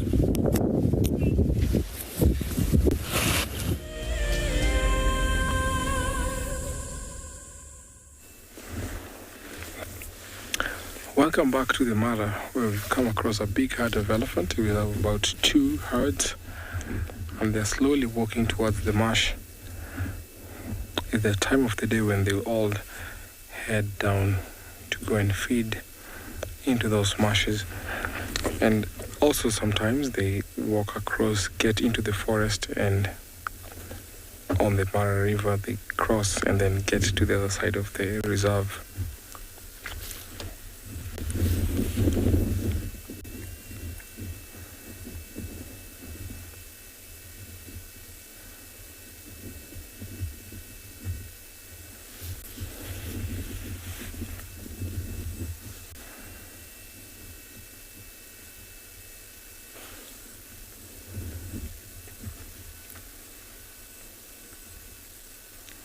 See, all of them are walking slowly.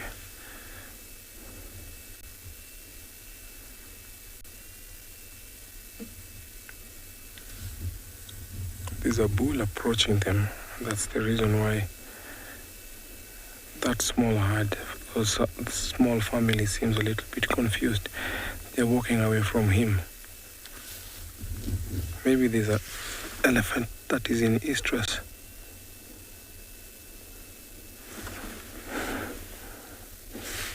Those two looks like they're trunk wrestling.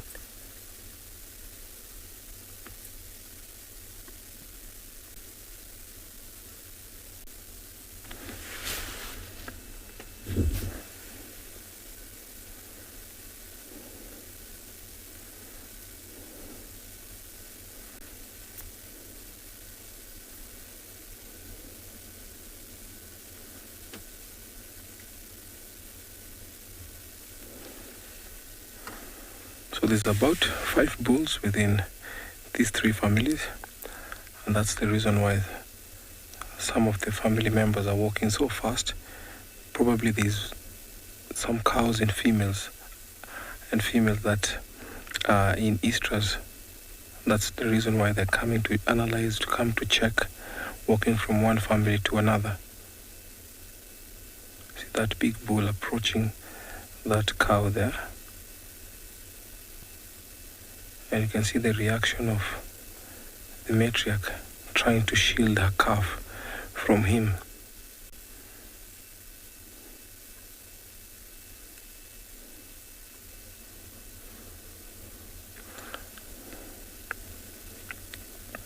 It's so evident, you can see the difference between a bull and a cow.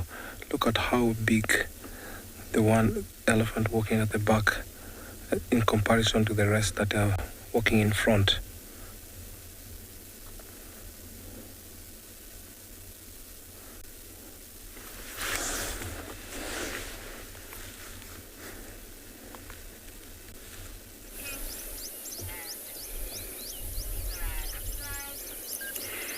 So there's a bit of a standoff happening at the moment between these wild dogs on the right-hand side.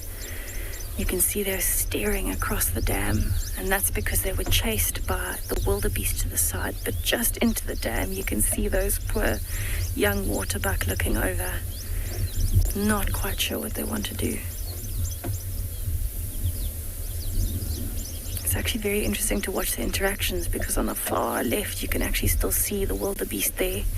They're standing watching the wild dogs. They chase them all the way around the dam. Now they're just standing there making sure that they don't come back. In fact, some of them are wading into the water to have a drink. And the wild dogs are not quite sure they want to go next.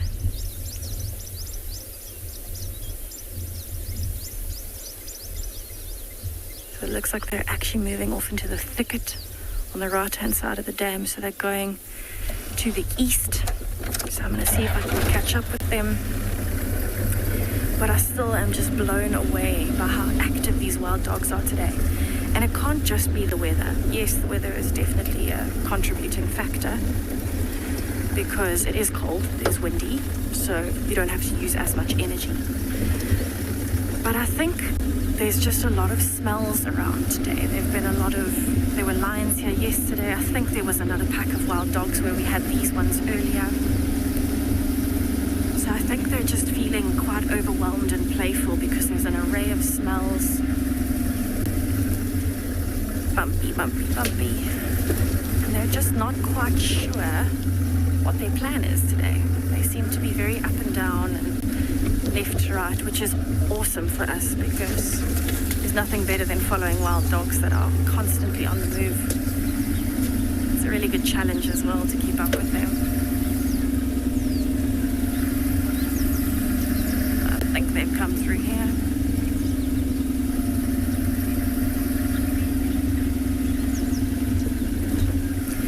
Lavender, it is very interesting to see a waterbuck. They are very unusual. They look like a bit of a fluffy donkey, if I can put it that way. But we normally see them around the water holes, so that is always a lovely bonus to get at a dam. But what's also really nice is that when you do see them, they tend to be quite a few together, and they're very different to any other antelope.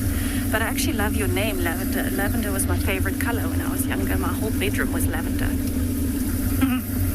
That definitely makes me happy to hear from you, Lavender. Oh, wild dogs are evading us again. All right, so I'm going to do my best to find them again in this thicket, and hopefully you'll get to see them again just now.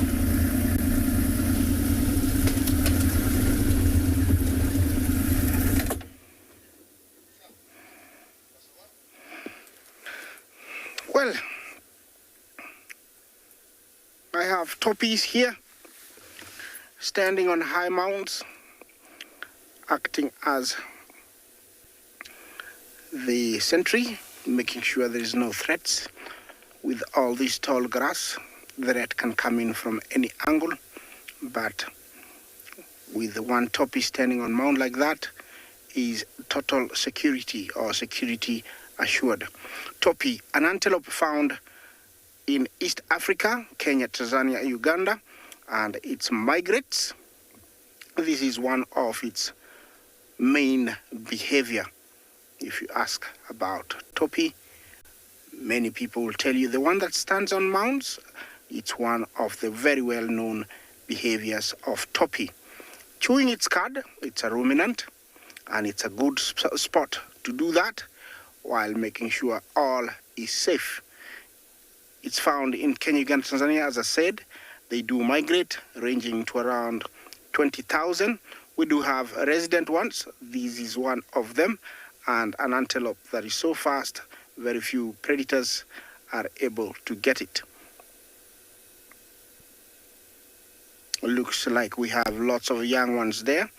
We're born in September, October, and also this month we're still seeing a few births. They're usually tawny color at birth, and then slowly around 3 to 4 months they start getting those blotches, the coloration on the side of the legs. An animal equipped with amazing eyesight. Every time I see toppy, and I see one stopped and looking in a certain direction, I also have to look and confirm, because most of the time there is a cat.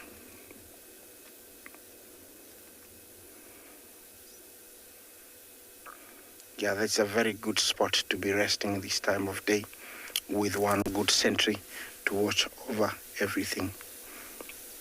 It's a very good grazer, feeds on grass, always water dependent, needs to drink every about 2 days.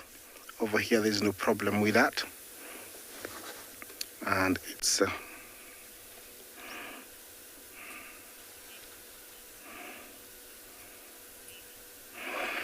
Taylor, will Topi be able to live in Lowveld? I doubt it, because I don't think it will find enough grazing and also enough water. So it would have a difficulty living in arid areas. This is perfect for it, and the main reason is that there is plenty of grass and also water. These guys can weigh up to around 300 kilos, and they have gestation period of around 6 to 7 months, giving birth one almost every year. During mating, males form a big gathering called lek, where the most strongest males are found towards the middle. Yeah, that's where most mating happens. It's just standing there, enjoying the morning chew.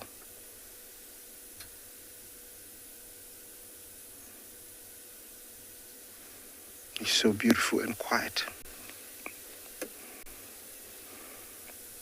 Sometimes you'll find them in herds of up to 200, and that's when it's really migrating.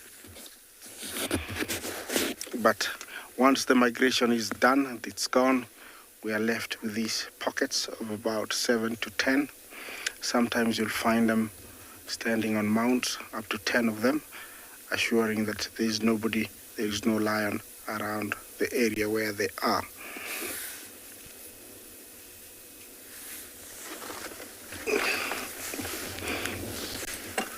On this other side, we have a few buffaloes. They're going to come into view shortly, and looks like they just came from a wallow. This is a beautiful small herd of bachelor males, and the really light colored ones are males that have been wallowing. They've come from the spa. When big bulls reach maturity or their prime at the age of around 7, they will split off from the main herd. Main reason is that they don't do well, covering long distances like other, breeding herds. So they find a spot with cover, water, and grass and just retire.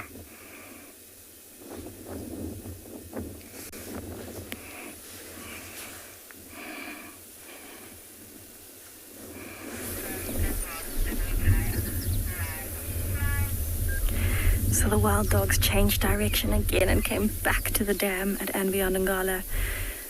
And we are having a serious species standoff here. So we've still got the Waterbuck in the middle, all with their bums facing together. So they're all trying to face different directions. Not quite sure what to do with themselves at the moment. And I think they are just very nervous that those wild dogs are going to come into that water. But at the same time, bear in mind, these waterbuck are going to be very nervous in case there's a crocodile in that water. And then we have the wildebeest on the bank that are staring the wild dogs down. And then we've got the wild dogs lying just in front of the wildebeest facing those waterbuck. And I mean, if they got the chance, they would definitely try for one of those young waterbuck. So at the moment, they're just playing a game of patience. Just like we spoke about earlier, I think that they are going to sit here and see if these waterbuck eventually come out, because there's enough of them that if Some of the wild dogs stayed on the side and some went to the other side. They might actually be able to corner those Waterbuck. Would take a lot of patience though, but I think the really interesting factor here is how pushy these wildebeest are being. They are not leaving the wild dogs alone, very similar to the other herd of wildebeest we had in the central parts with them this morning. It's been a fantastic day of interactions with this pack of wild dogs. I mean, just the amount of species that there are here, just in one frame. We've got knob-billed ducks, Egyptian geese, wildebeest, wild dogs, Waterbuck off to the left. There's even some little goslings in front of the wild dogs there. It's crazy. And I think the wild dogs are just gonna literally play a game of patience here. I think they're going to wait here the whole day and see what happens with those young Waterbuck, because they know that they've got them cornered in a sense. It is a big dam, so the Waterbuck could possibly jet out the other side. But the wild dog are very, very fast, so I think the Waterbuck know that. And so they might not want a chance coming out of the water, because the wild dogs are going to have a lot more stamina than them. We'll be able to outrun them. But I just can't believe the sightings that we've had today all over, whether it's been the mating lions or the banded mongoose and the meerkats and the wild dogs, with so many different interactions. I think this has by far been my best wild dog sighting in the last probably 2 or 3 years. The combination of all the different sightings today with all the interactions has just blown my mind. But I think we're incredibly lucky to have had such a good morning on safari this morning. It's been an absolute pleasure driving everybody around today and showing you all the different things. Thank you so much to all of our viewers for joining us this morning. And please remember to join us this afternoon at 3:30. Hopefully we get some more amazing action. And we're looking forward to seeing you again later. Thank you, everybody, and have an amazing day.